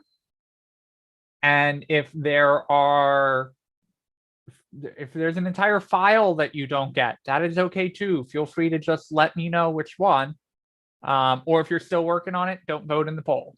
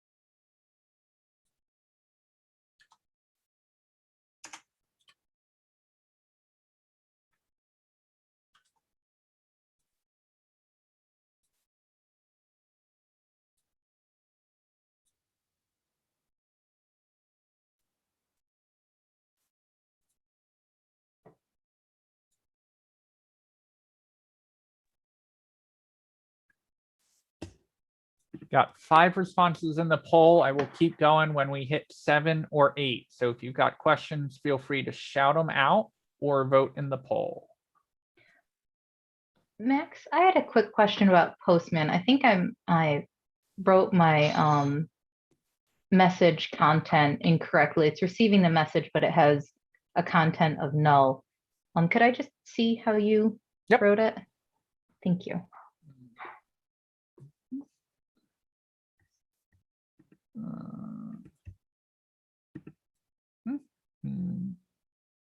That looks like this one. And if it looks identical to this and it's not working, also check in your server.post and make sure your rec.bodies line up and that your column names also line up with what's in your model.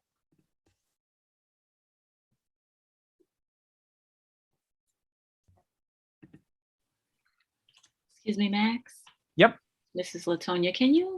Do you mind sharing the commands that we ran from the start, the first one to the last one, I think?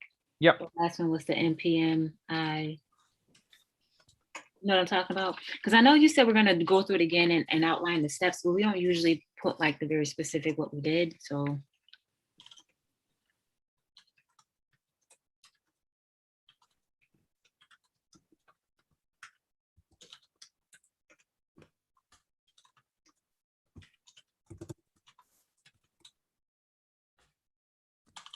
Should just be those 2. I added Sqlize into the initial list.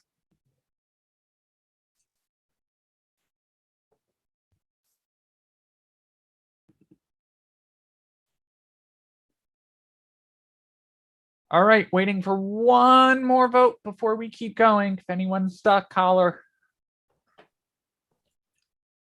Hey Max, this is Shah. In beekeeper and the receive column, it says null. Okay, you want to make sure that in your post request that you sent received is false, and false is not in quotes because we want to send the actual Boolean true false value. And then over in our code, we want to make sure that received matches whatever the received column type is in our model. And then we also want to make sure that we are sending in our rec.body.received. Oh. If it all looks right and it's still not working, go ahead and share your screen. I think this received is missing. Brielle, were you able to get it working? No, I'm going over the code again. It sends a message and just content and received are both null. But I'll just go through the code. Okay. Also take a look at your body parser and make sure you've got your body parser.json in parentheses with your server.use, because the issue could be that our body parser isn't working properly.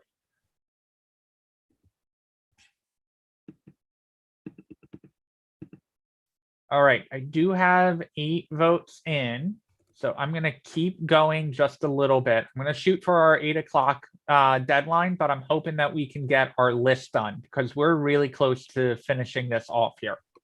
So we can keep going. Once we got our post working, wouldn't it be nice if we could get all of our messages? Well, it sure would. So we're going to server.get our /messages. And we are still going to async our rec.res. And then in our rec.res, we can get really fancy and do this all in one line.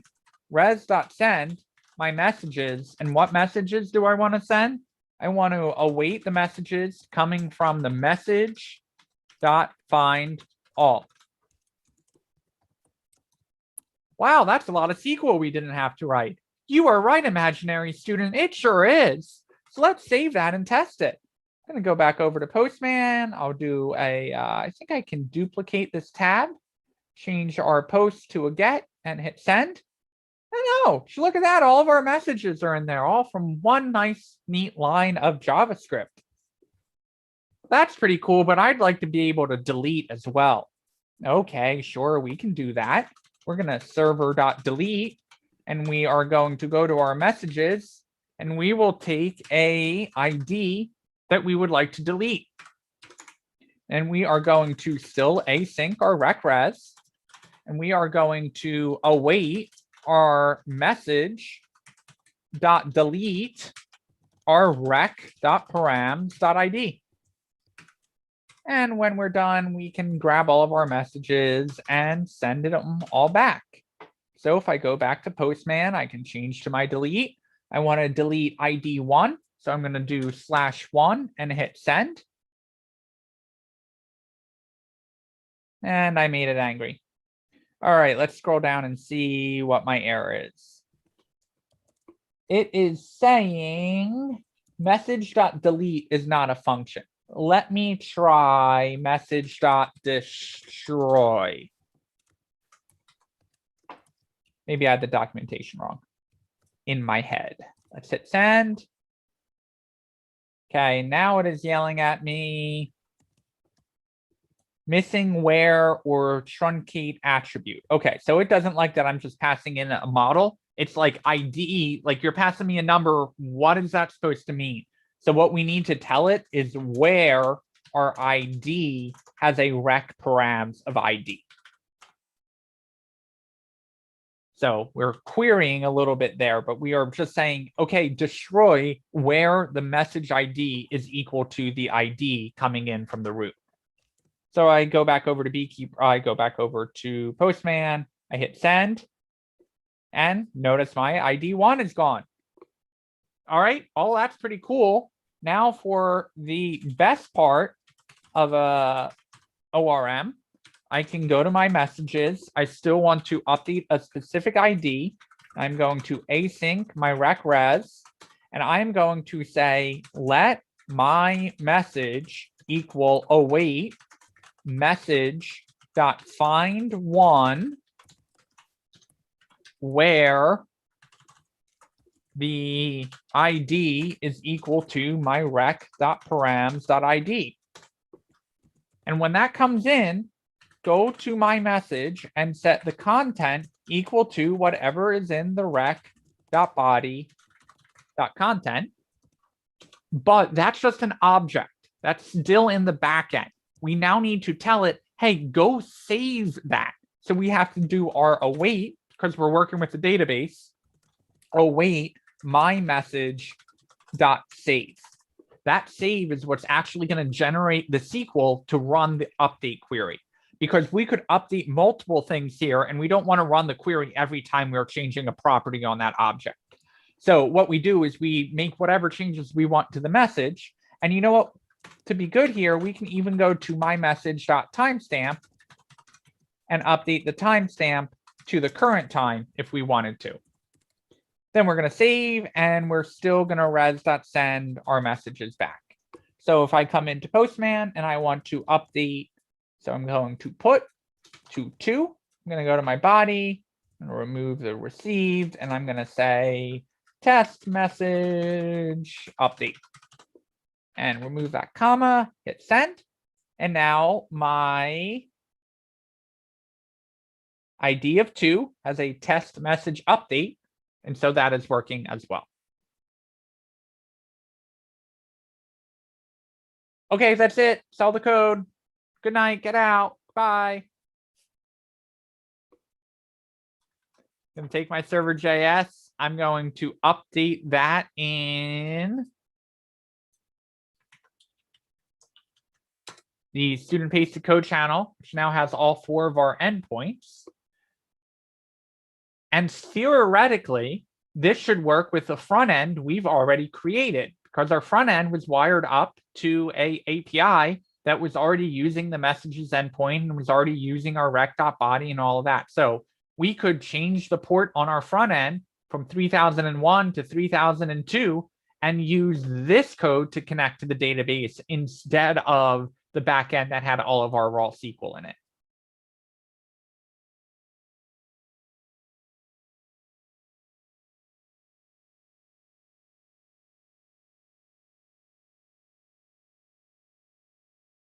How we feeling? I'm just trying to sort out in my mind what's JavaScript and what is like part of the Sqlize program, I guess. It's all JavaScript. Right. Okay. But like, where is that a key in an object that Sqlize created? Yes. And so if we go to the Sqlize docs, because there's no way to know how to use a package like this by just writing code, right? Like there's Right. no way that you would know .find all or .find one or any of that, right? These are commands that I happen to know off the top of my head because I live in Sqlize. I spend hours and hours a day writing Sqlize code to interact with the database.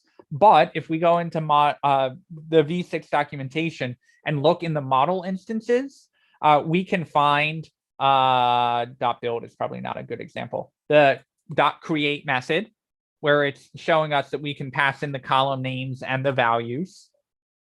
We can scroll down a little bit and see that we can update instances with our .save function. We can see deleting. Well, we can actually do that the same way. We can create a new one and call the destroy method right on that instance. And that would work fine. We can even see that we can reload it. If something changed in the database, we can be like, go pull that again, go refresh it and make sure it's up to date. I don't think I've ever used this method, come to think of it. Could be helpful though. You can see we can save only certain fields that we have changed. We can do things like incrementing and decrementing things.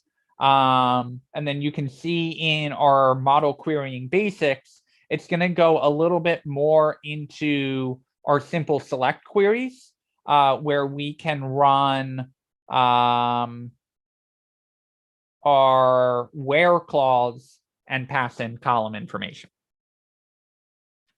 So all of this is in the documentation. If you are someone who reads a book cover to cover, especially a manual, before you start using it, there's nothing wrong with reading the Sqlize documentation and learning it all. I am someone who gets to page 3 of the manual, forgets the copyright information on the first page, and then goes and tries to set it all up. And so that is my teaching method as well, of like, I will show you these methods as we need them, right? And start going over them. But they are all in the documentation, and that is the only way. If you're learning a new package and don't have example code to learn from, this is the only way to figure out, all right, I've got that find thing working, but there's got to be a way to find only pieces that I want. That's a where query, right? I know how to do that in SQL. We did that with a where. So there's got to be something covering wheres in this documentation. And so that's when you would start going, all right, well, it's probably with a model, right? And oh, querying, that's a select. We're running a query statement when we do our select from where. So let me look in this querying section, and that's where you're going to find things like applying where clauses. Unfortunately, reading documentation in this job is not optional. However, how much of the documentation you read is not required. And you will find packages that do everything that you hoped and dreamed, but their documentation is so bad you cannot get it to work. It happens.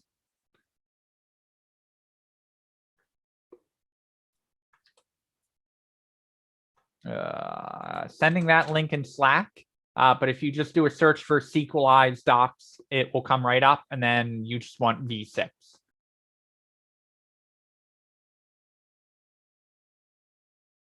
All right, make sure I'm not missing anything in Slack. I am not. Okay, that was a lot. We are going to practice writing our own documentation, and then we will call it a night and review all of this maybe on Thursday. I want to make sure that we cover entity relationship diagrams tomorrow and go through how we relate two tables together. There is a way we can do that in Sqlize. And hopefully I will have time to cover that as well. I'm a little short on time because we missed yesterday. But at the same time, you aren't getting rid of me for another 2 weeks after this either. So we've reached the point in the program where it's like, all right, we're in full stack. Like we've covered everything. Yeah, there's DevOps to still do. And yeah, there's some security stuff we still need to cover after this. But for the most part, this is it. You've covered the whole stack. We've covered everything.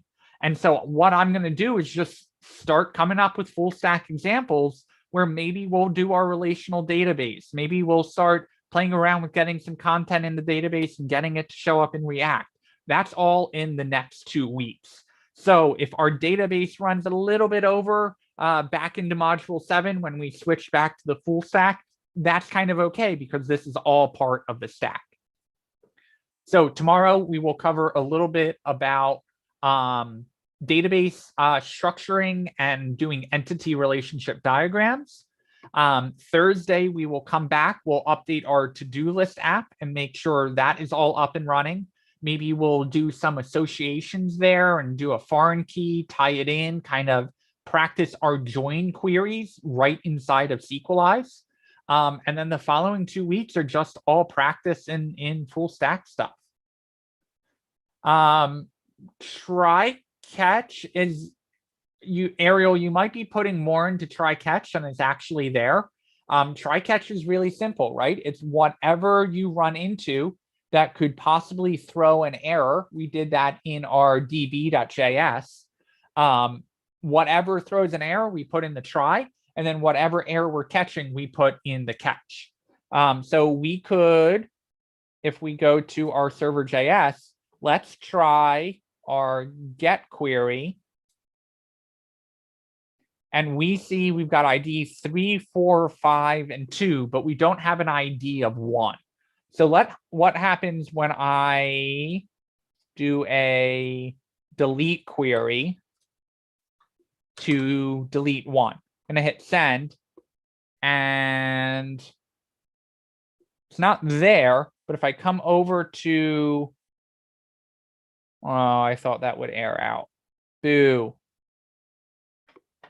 Because there was nothing there to delete, it was like, yeah, sure, I'll delete 1. There's just not anything that is there. But if that did hypothetically throw an error, all we would have to do is go into our, oh, here, I have one that will give us an error. I'm going to change it to a put request, which I have open, and I'm going to put it at ID 1 because ID 1 doesn't exist, right? We should be able to put something there. Well, I'm going to hit send. And it's holding, and it's holding, and it's not sending anything back. So if we come over, what we see, cannot set property content of null. Okay, well, what's going on in our put query? Our put query is trying to find a message in the database. Well, message 1 doesn't exist, right? It's my message. Well, now we're putting content on something that my message just doesn't exist. So we could get fancy here and say, let's do our try query, and we'll catch, and we'll just res.send error message does not exist to update. And so now when we come over to our Postman and we hit our send button, now we get our message does not exist to update. But what if we want to get fancy? What if we're like, all right, well, if it doesn't exist, then just create it, right? Like just put something in that spot.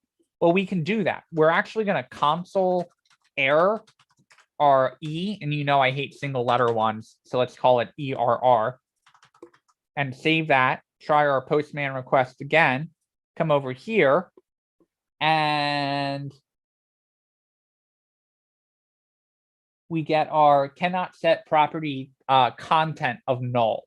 Let me run a type of on that. I'm curious to see what the type of that error is. So I'm going to hit send. I'm going to come over here, and it's an object. I wonder, can we get the error.code? No. Error.message.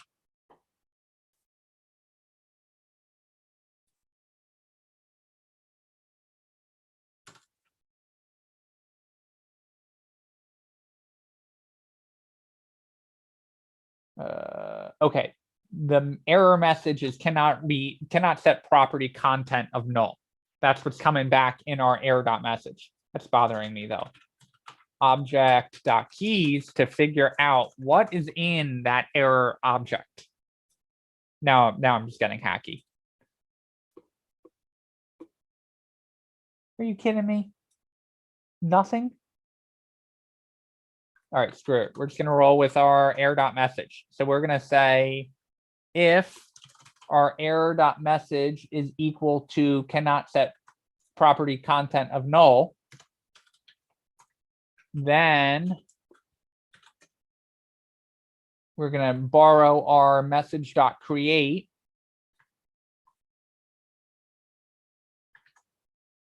and we're going to create that message.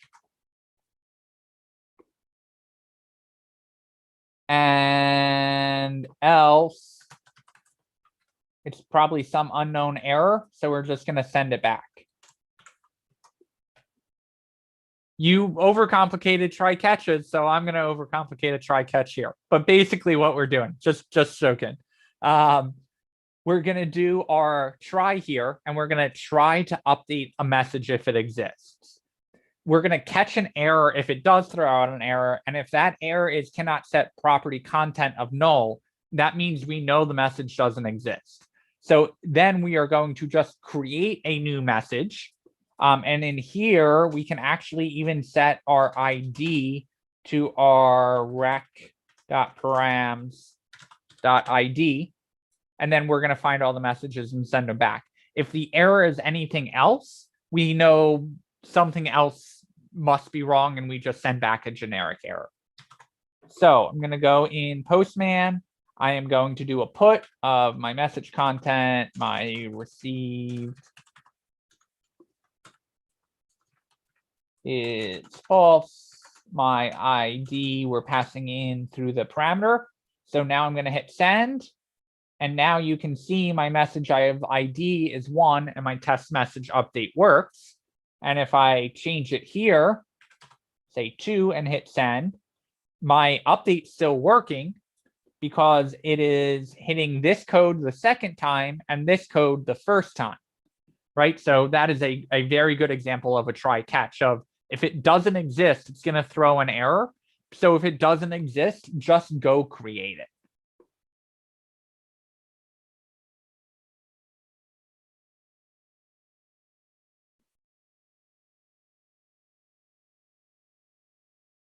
See, bad things happen when you ask me to just go on tangents and do things on the fly. Okay, any final questions on this before we switch over to our to-do list? All right, I am going to, Latonia, sorry, you asked a very good question. All of this is a pain in my ass. I want that out of the terminal. Every time that I run a select query, it's filling up my terminal. I can't figure out what's an error and what's the query. It's great to know what it's doing under the hood. Could you just make it stop? Sure can. We're going to go to our database. And in our Sqlize, instead of just passing the URL, we are going to pass it some options to turn the logging of the SQL query off. Well, our select 1 + 1 is already gone. Let's go to our Postman and go to our get query and run it. And data came back, nothing in our terminal. Well, Max, that's a miracle. How did you know about that? Great question. If we go up to our getting started and do a search for logging, there's a great section here on logging where we can set it to false, just like we connect to our new Sqlize, and it will show us that that disables logging, along with a bunch of other options that I don't think I've ever actually used for logging to different locations. And again, that was just setting my logging to false in my db.js when I make my Sqlize connection.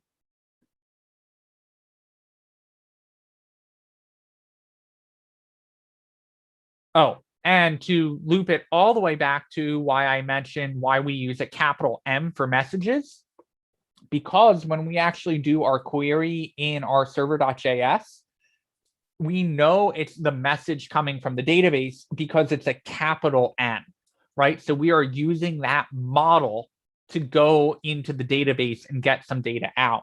But when we get results, we store those results in a lowercase because it's a local variable that we're using, just like any other variable. And we make it plural because there are multiple things coming out. So that's why we make this singular, because we want to find all the message instances, but then we make it plural when it comes out because that's an array.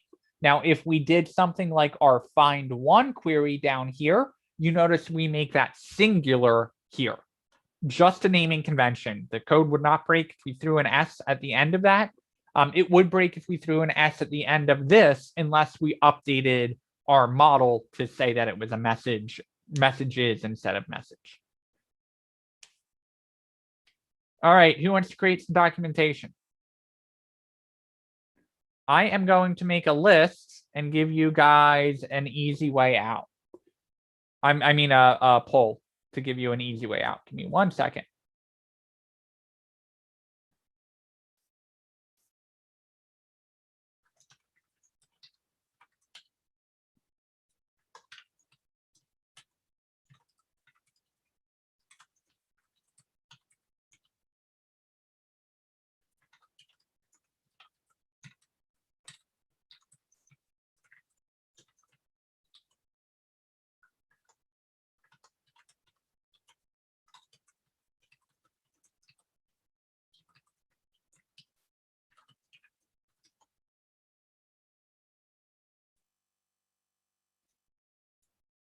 Okie doke, poll coming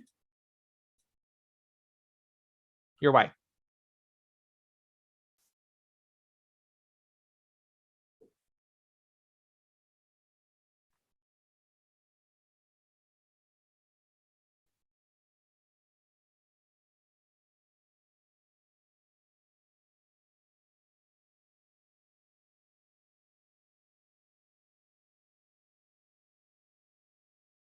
I'm warning you guys, if we do it from scratch, you're telling me all the steps. I'm just going to be typing what you tell me to type.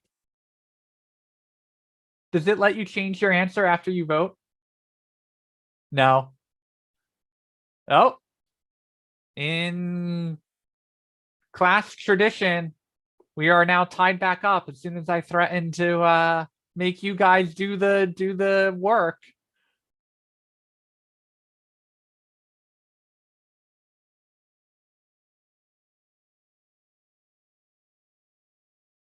Karen, did you vote? Go ahead and vote.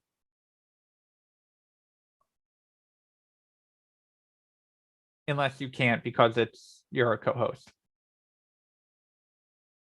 All right. Oh, we broke the tie and then we edged back closer to a tie, giving everyone one last chance. I threw my vote in the chat. I said from scratch. Last chance for anyone to vote.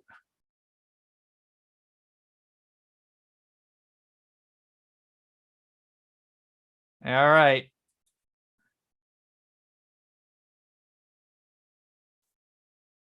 From scratch we go.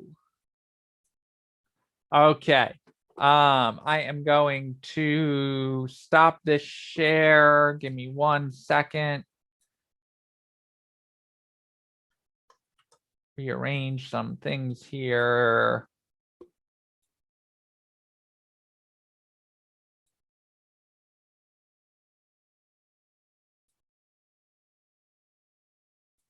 I want to let me delete that poll. Am I still? Oh, stop sharing.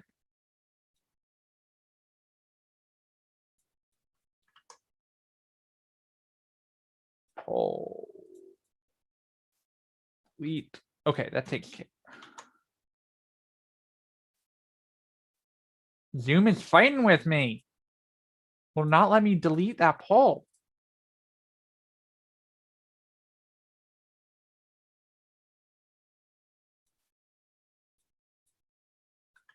All right, fine. I will delete that poll later.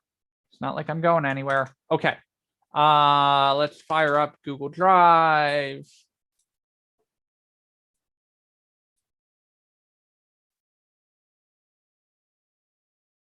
Gonna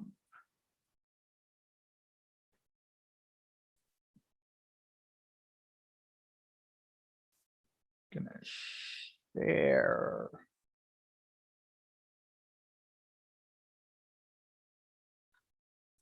Here, and we will share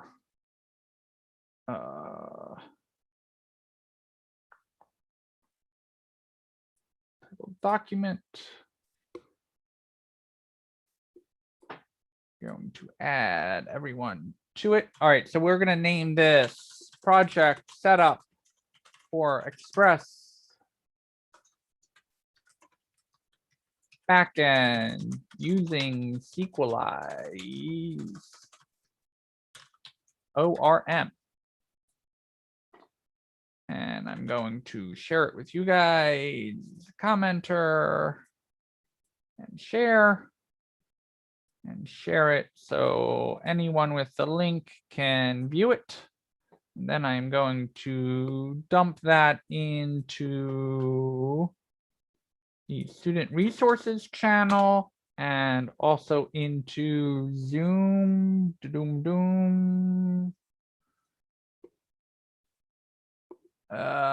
Where's my, here it is.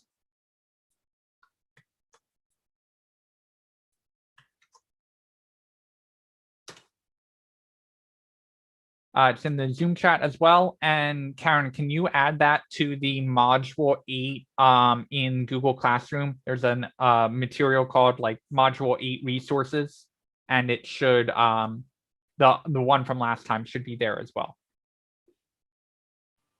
Okay. Hey, Max, before we get going, can I ask a quick question? Yep. Did you answer Mel's question? I'm just curious what the answer is, and I may have missed it. Yes. The most common ones you will use is .create, .find all, .destroy, .save, .find one. And then inside of those parentheses, you'll use your where selector a lot. Those are all the ones I use that work off the top of my head. There are other options you can use, by the way, in addition to where. You can use attributes and basically change the part of the select statement. So normally you do a select and list out all the columns. Well, if you only want one or two of the columns, you can do attributes : and an array and pass back the attributes that you care about. Isn't a huge problem for performance to pull back all the columns, but over time, if your code is scaling up, you would want to only select the attributes that you care about.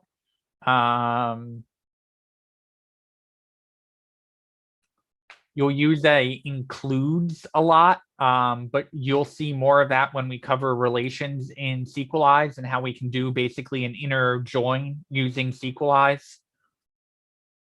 I think that is it. Thank you, Latonia, for asking that. Sorry, Mel, I missed that in the chat. Okay. What is the first thing we did tonight?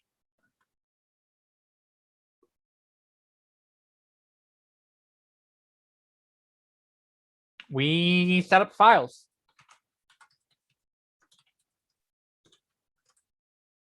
So in order to get started, we created a folder for our backend code. Then we popped open our VS Code and matching terminal. What's the first thing we ran in the terminal? npm init y. Google, not tonight. Stop it. npm init y. Then after we initted,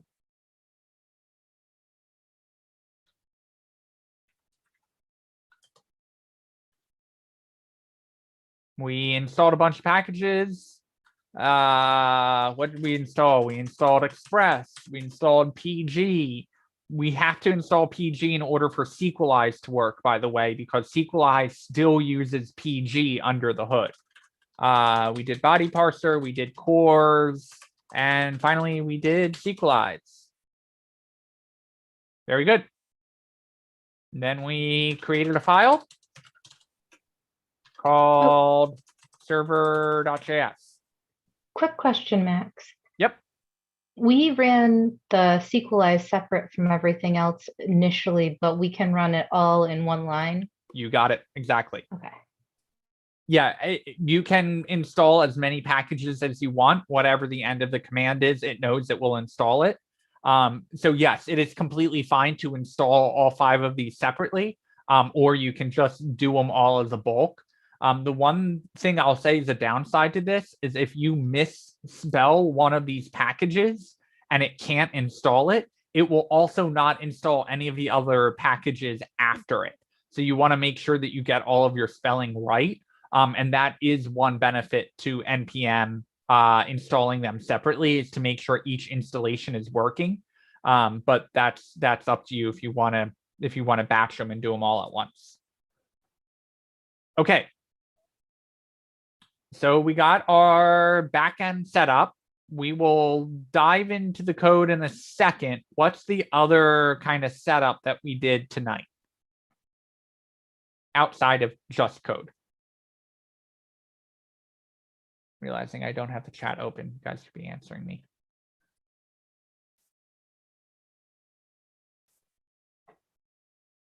Postgres and Beekeeper, create database. Yep. So we're going to do a new setup called database setup. And we are going to, before we get to Beekeeper, what do we have to do?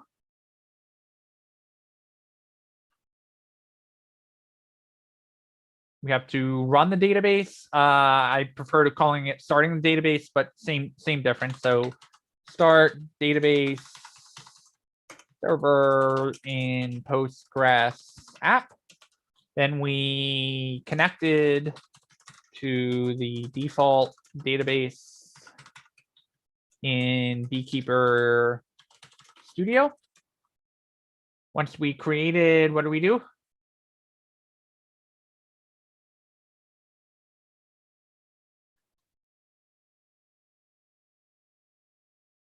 We actually didn't create any tables in Beekeeper tonight. We let Sqlize do all of that, Carolyn.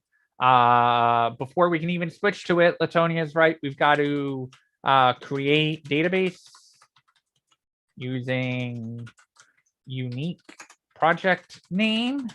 Then we can switch to database in drop down in the top left to our newly created database. Don't forget to refresh. Make sure we refresh it, because otherwise that database we just created is not going to show up in our dropdown. So once we switch to it, we want to just run select query to make sure creation was successful. I think that covers our database setup pretty well. We're pretty much done in Beekeeper Studio. Let's go back to our server code setup. What did we do there? We did our const statements. We basically set up set up packages from npm. That's our express, that's our body parser, and that's our cores. What do we do next? We added a root level route with a hello world.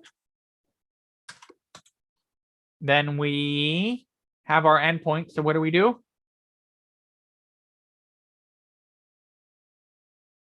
We need to listen on our port.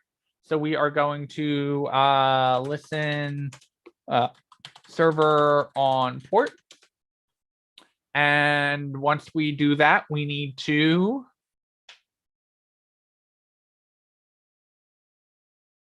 test it.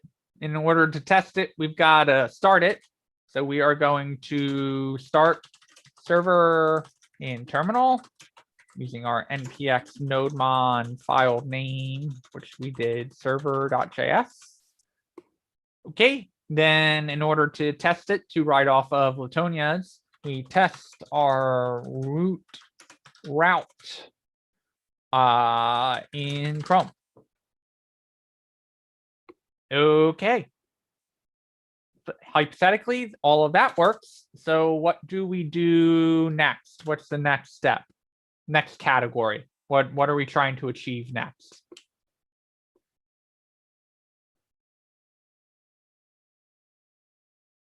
Before we can create our post request, we wanna get something else working. We want to use our packages pretty much PG. Carolyn, you're right. Make our server talk to each other, all saying the same thing. That's all about our database code connection. So the first thing we're going to do is we want to tell the server what kind of file we're working with, right? So we want to create our models folder. Then inside our models folder, we are going to create first model. And then inside that model, we need to define table name, columns, and their types. So let's take a breather, because instructions aren't any good unless you remember how to do it. Whoa, I did not mean to do that. So share my code. This is the code that we used to define our table name, our columns, and their types. Is there anything that you would add in the instructions to make this process easier? Is it possible to add in, this is Latonia, I'm sorry. Yep. Is it possible to add in like IE message.js if it's spelled the way we would write it? Just so, because I felt like I was confused about what the first model was, but then I realized. Create first model file, and then I'll call it messages.js. Anything else that you guys would add from this? Maybe in the columns, including special ID. So you guys know, hey, ID is a little special. And maybe we want to include a note about timestamps. Can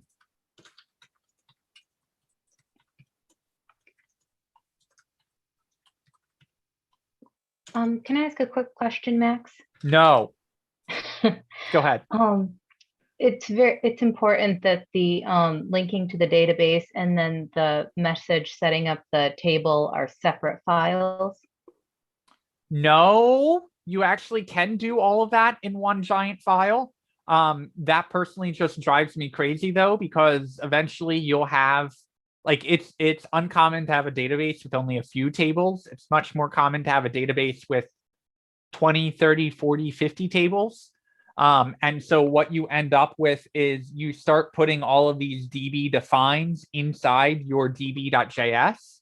And theoretically, you don't even need to put db.js in its own file. You could shove all of that right into your server.js and have a really long server.js. The one benefit of doing that is that you don't have to worry about all of these crazy module.exports and passing your database around in the right way. But I will tell you, it gets real messy real quick. We have in our database probably 40 tables. And between all of our models and our relationships of linking those tables together, it well exceeds probably 2,000 lines of code to define all of the columns and how all of those tables are related. So it is much more common to set it up the way that I have it set up, where you have your models in separate files. You've got your db.js, which is responsible for connecting. And then you just pull in your models when you need them in whatever file you're in, like your server.js. It is also common to start breaking up your server.js into different clusters as well. So when you have a bunch of different endpoints, it may make sense to have like a teachers.js and a students.js and start separating out your routes that way.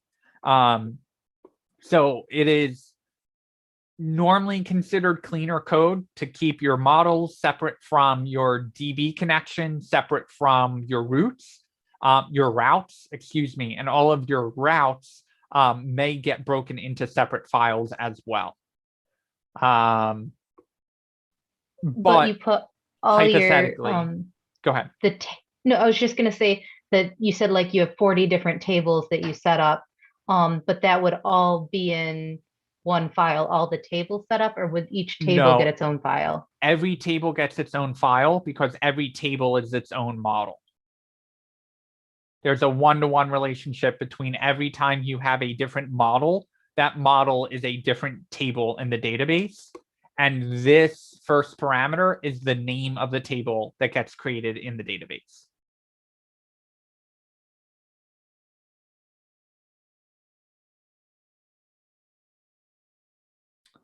I tend to not like including code snippets in my documentation that I create in Google Docs, only because reading code in Google Docs is really messy.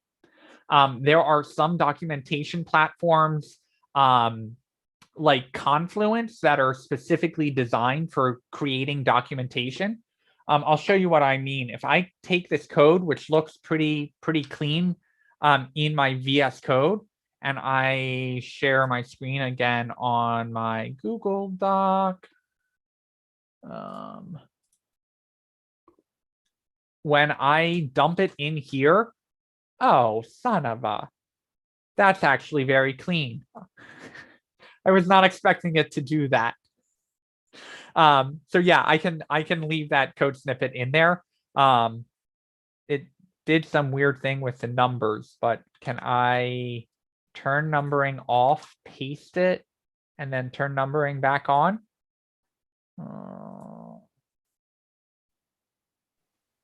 Continue from previous numbering. Okay, there we go. Code snippet right in the documentation. Really did not expect it to paste that well into the code.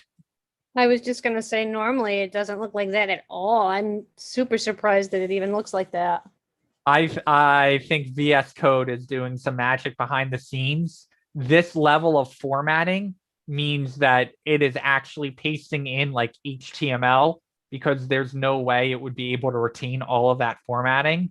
But I'm not going to complain. If it's helpful for you guys, I'll leave it in. All right. So we've defined our table. What did we do next?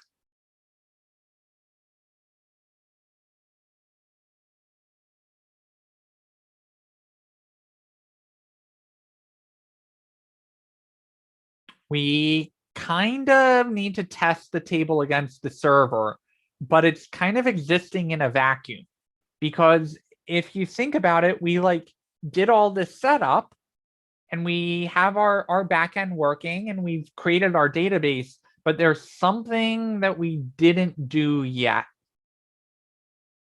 which might actually make sense to put before this step, but it really up to you. It doesn't really matter. We've like got this table created, but where's the table go? Kyle, you got it. We've got to link those files together. We actually haven't connected to the database, which may be backwards, and that's okay. If in your head it makes more sense to connect to the database before we make our model, that is a totally fine thing to do. I probably did it backwards, but I'm going to just keep rolling with these steps. You're always welcome to download a copy of this or make a copy of this file and then annotate it so it makes more sense to you. No hard feelings there. Okay, so what we did was we created db.js in models folder. Doesn't actually have to be in the models folder, but you're keeping it all together. If that makes more sense to call that your DB folder, feel free to call it DB. If db.js makes no sense and you want to call it connect.js, go for that, whatever makes sense in your head. Okay, so in our db.js, and I'm not going to copy and paste this code snippet because I think it's important to go through this of actually talking about what that file is actually doing, right? And so in our db.js, we required Sqlize, and feel free to pull up your code to see kind of how I'm documenting this as I go. We used Sqlize to connect to DB using name, location, port, and let me call this username because this is the DB name. Once we did that, we created async function. And in our async function, we authenticated with the DB, then logged out success. I'm going to skip over the try catch. That's a little fancy. If you want to add that in, you definitely can. And then once we connected to the DB, we required our message file and passed it the new DB connection that we just made. And then we synced the database to copy model structure into new table. Now that line of instruction is longer than the actual line of code itself called db.sync, but that's okay.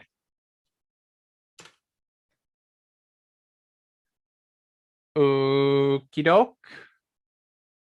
We did one final step. We exported. I should add that up here.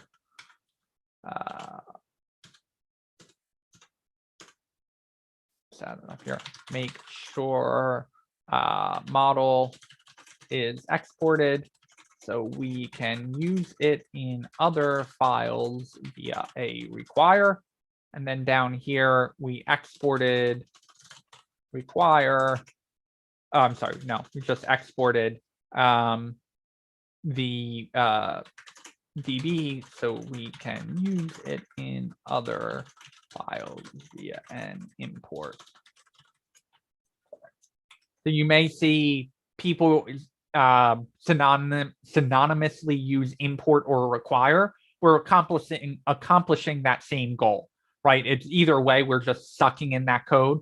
We're using require in our code because Node is just about to natively support import export like you guys used in React. But because it's not quite there yet, I'm still using require in my code. I'm probably considered an old man in that I've been using Node for like 5 years, which is probably half of Node's lifespan already. So I'm old school. I'm using the require, but it is possible to set up your code. We did it before. We had to change that thing in our package.json, and then we could use our import export. So either way, module.exports and require, it's just the older way of doing it. Either way would accomplish the same goal. Okay, we did all of that work. What's next?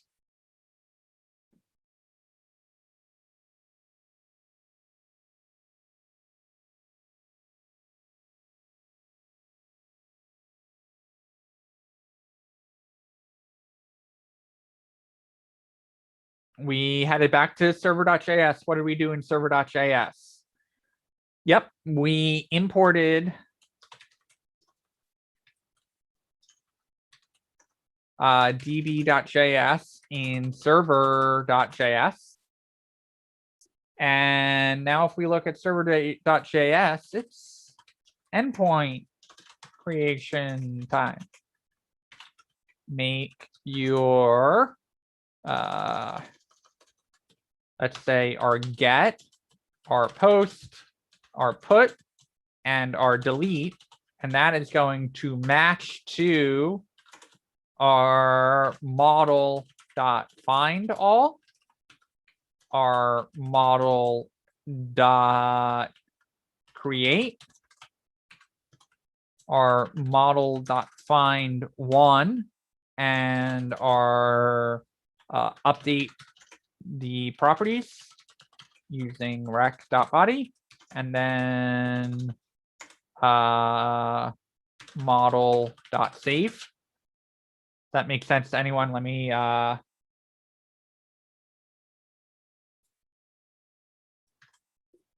put a code snippet in there for you guys. And then our delete, we did the same thing. We did model.destroy, and we passed in our rec.params.id.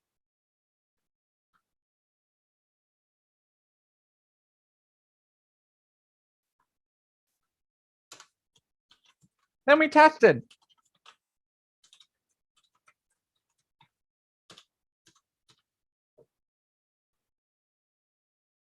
That's it.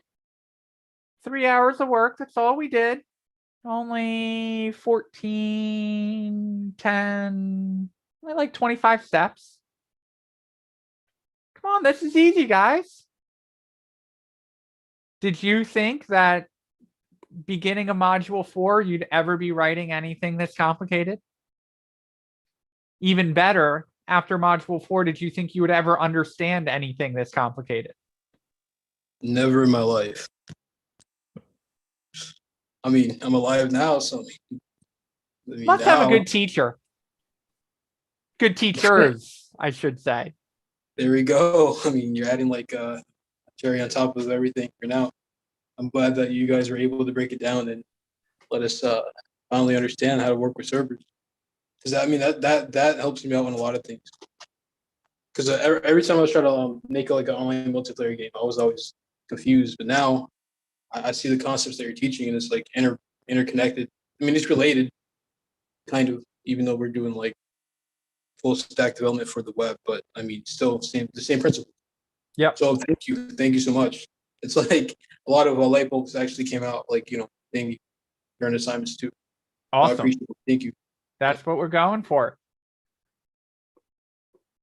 So feel free to make a copy of this documentation if you want to make your own edits to it, and feel free to put in code samples and all of that stuff. A lot of documentation platforms will actually let you expand and contract code samples. So if you want to write out all of your steps and then be like, oh, I would like to actually see that in practice, you can like click a little arrow and it will drop down and show you that code sample. So different ways of writing your documentation. Like I said, I was surprised that Google let me paste those code snippets in and keep it as formatted as it did. But lots of good documentation platforms out there. Postman will even let you create documentation right in the tool. And that's actually how Postman makes money, is creating their documentation. And then if you get too many people loading your documentation, they start charging you for it. So.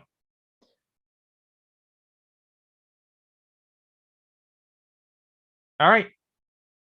This is going to be your homework. I will throw it up in the classroom repo, and then go create a Google Classroom assignment. Otherwise, I'm going to be around for the next 7 minutes if anyone has questions. Max, when we're doing our requests, our get and put and all of that. Yep. Does it really matter what order they're in? Nope. Okay, like you can, okay, because I just noticed my delete is over, but it's still working, and I was just curious if it mattered at all. So it does not. It would matter if you had multiple delete queries on the same exact route. It wouldn't run both of them. It would prioritize the last one that it ran into. So like if you accidentally had two server.delete/messages, it would only run, I think, the last one that it found, but I can't say for sure. So if they're the same exact name, it is possible to accidentally overlap endpoints and be like, why isn't this running? And it's running a different endpoint. I didn't really do an example on that. Maybe I should next week. But order doesn't really matter as long as your route names are unique, which they should be. And so if they're going to be unique, you could have more than one of these. Like you could set up a whole different scenario for a delete. Is that what I'm hearing you say? Okay. All right, thank you. Yeah, Did- you just that want to make make sure that you only have one server.delete /messages. Okay, you should only have one. You should not Yeah, have you more than should one. only have one. Okay. Yes. Okay, thank you. It's normally a mistake if you have two routes that are right on top of each other. I guess I was asking, I didn't know if you could like tailor them for different circumstances. Like if you had a delete for one circumstance versus another, or put. Well, it would be common to have like a delete for your messages and then a delete for like your profile, right? And so you would have a server.delete /profile that would be working with the profile Okay. model, and then the messages working with the messages model. Also, theoretically, you could use some information in the rec.body of the delete to handle your delete differently. Like maybe you wanted to do a rec.delete and delete all of your messages. So you would do a separate endpoint for your messages delete all that was separate than your messages delete and then your ID.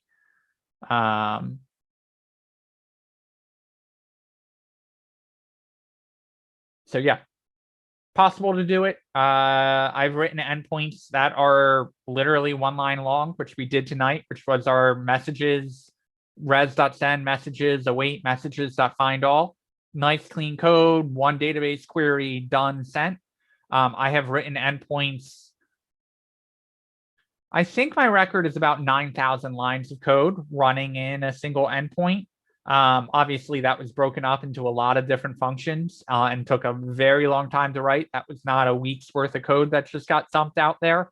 But there are endpoints that you run that probably run hundreds of thousands of lines of code. And so endpoints can really be any length that you would like. Karen dropped the 30-second feedback form in the Zoom chat. Reminder to fill that out. It's in Zoom and Slack, both. Thank you. All right, let me get this code up and the classroom assignment created. Max, do you have a couple minutes after class, just real quick? Sure do. Thank you, sir.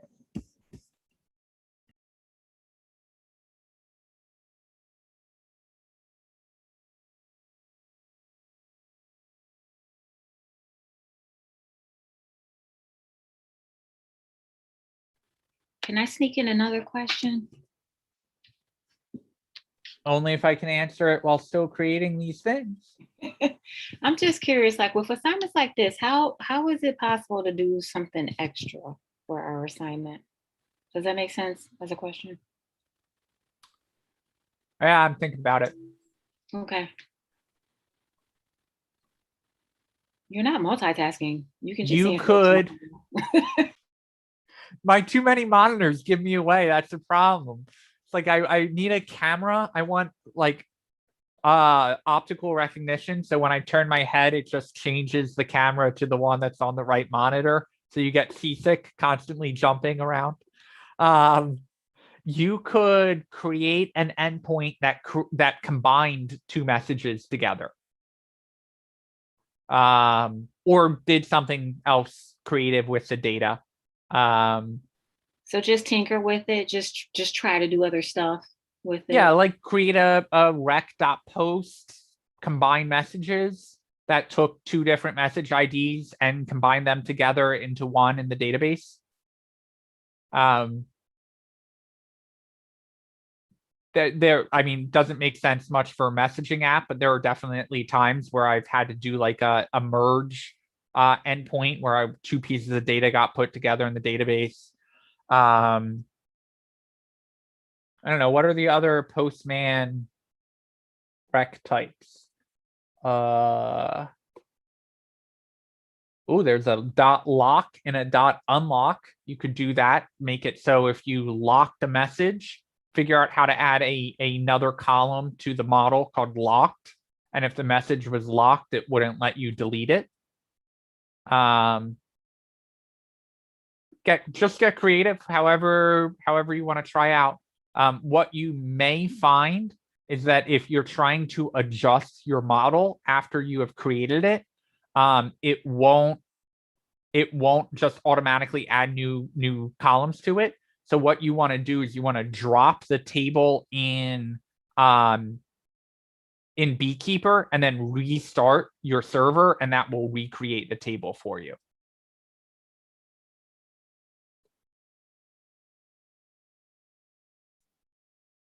There are so many things that I want to cover in the database module that I feel guilty that I only have like 2 days left. But then I think about the remaining 2 weeks that I have in Node, and I have got no idea how I'm going to fill all that time. So I'm like, all right, well, if the database spills over a day or two,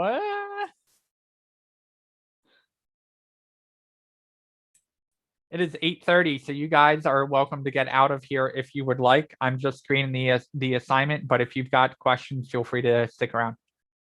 I have a question, but I'll let you do the assignment first. Go ahead. Simon can wait. Okay, this may be more of a module 7 question, or maybe we'll get into it like in a couple weeks or whatever, but I'm just wondering if you can explain a little bit the difference between the module.exports and like doing require or export as a way of exporting the files. Module.export is the equivalent of export in React, and then the require is the equivalent of the import in React. And so in React, module.exports, whatever is getting dumped into it is what you are exporting out of the file. And then when you use require, it's using the file path instead of like the NPM name. And so that's how it knows to pull it from your files as opposed to an NPM package, because it's looking in a specific file path for it. And then whatever is coming out of the module exports is what is going to come into the require. Okay, I'm trying to remember what we did way back in module 4 because we were using import and export in Joey's module. How did we export it there? We didn't use the word module, I don't think. If you used it with a require, you did a module.exports. Okay, all right. But if you did import, you would have just used the word export. Okay. Yeah, so I briefly. That's just JavaScript. Okay. Yeah, there's a homework assignment. Because I looked it up and it has all this stuff about nodes. So. Yeah. Yes, module.exports is a very Node-y thing. It's not a very JavaScript-y thing. It is the difference between CommonJS. CommonJS is the module.exports. Like that is the whole, I don't say technology, but the whole, like that CommonJS is known for using require and module.exports. And then the import export is part of ES6 modules. In homework assignment 33, that's where we did the import export. So in case you want to review that code.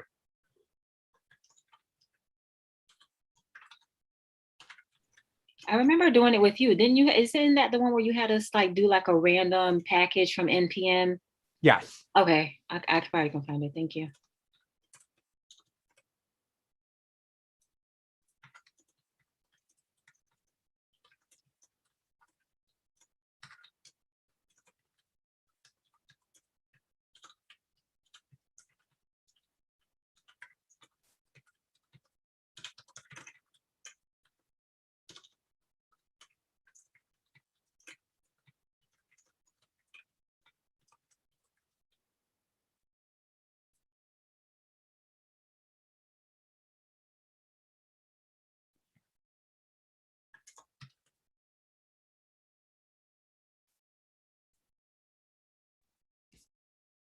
Sorry, I closed out Zoom by mistake and then it disappeared from my lunch bar. So All good. Give me if one you more. were like asking me something or wondering where I went, I didn't hear a word because I wasn't here. Sorry. I just need one more minute to get this assignment created, and then Carolyn, I can answer any questions you have. And if anyone else has questions, let me No know. hurry. I just, if you did say something, I missed it. So I just want to let you know. All good. I didn't even notice you were gone, but I do not mean that as an insult. You know Have a good how to night, hurt a guys. lady.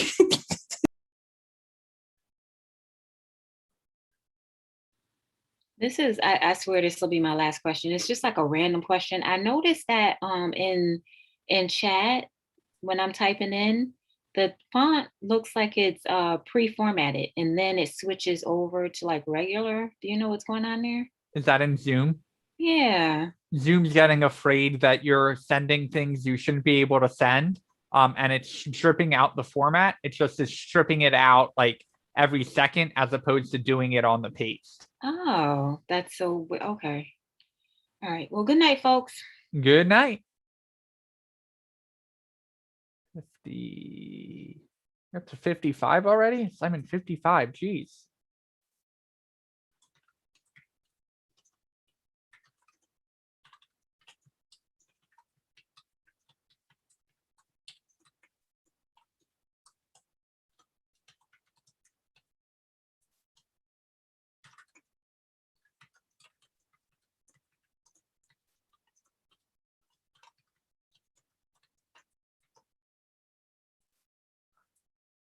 Point scale module 8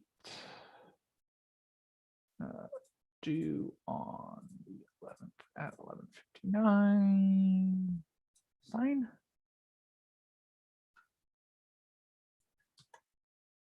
Carolyn, is your question good for the whole class to hear, or do you want to go in a breakout room? It's not that people can't hear, but I think it's better just us because Okay, sure. it doesn't really affect anyone else or benefit them. So Gotcha.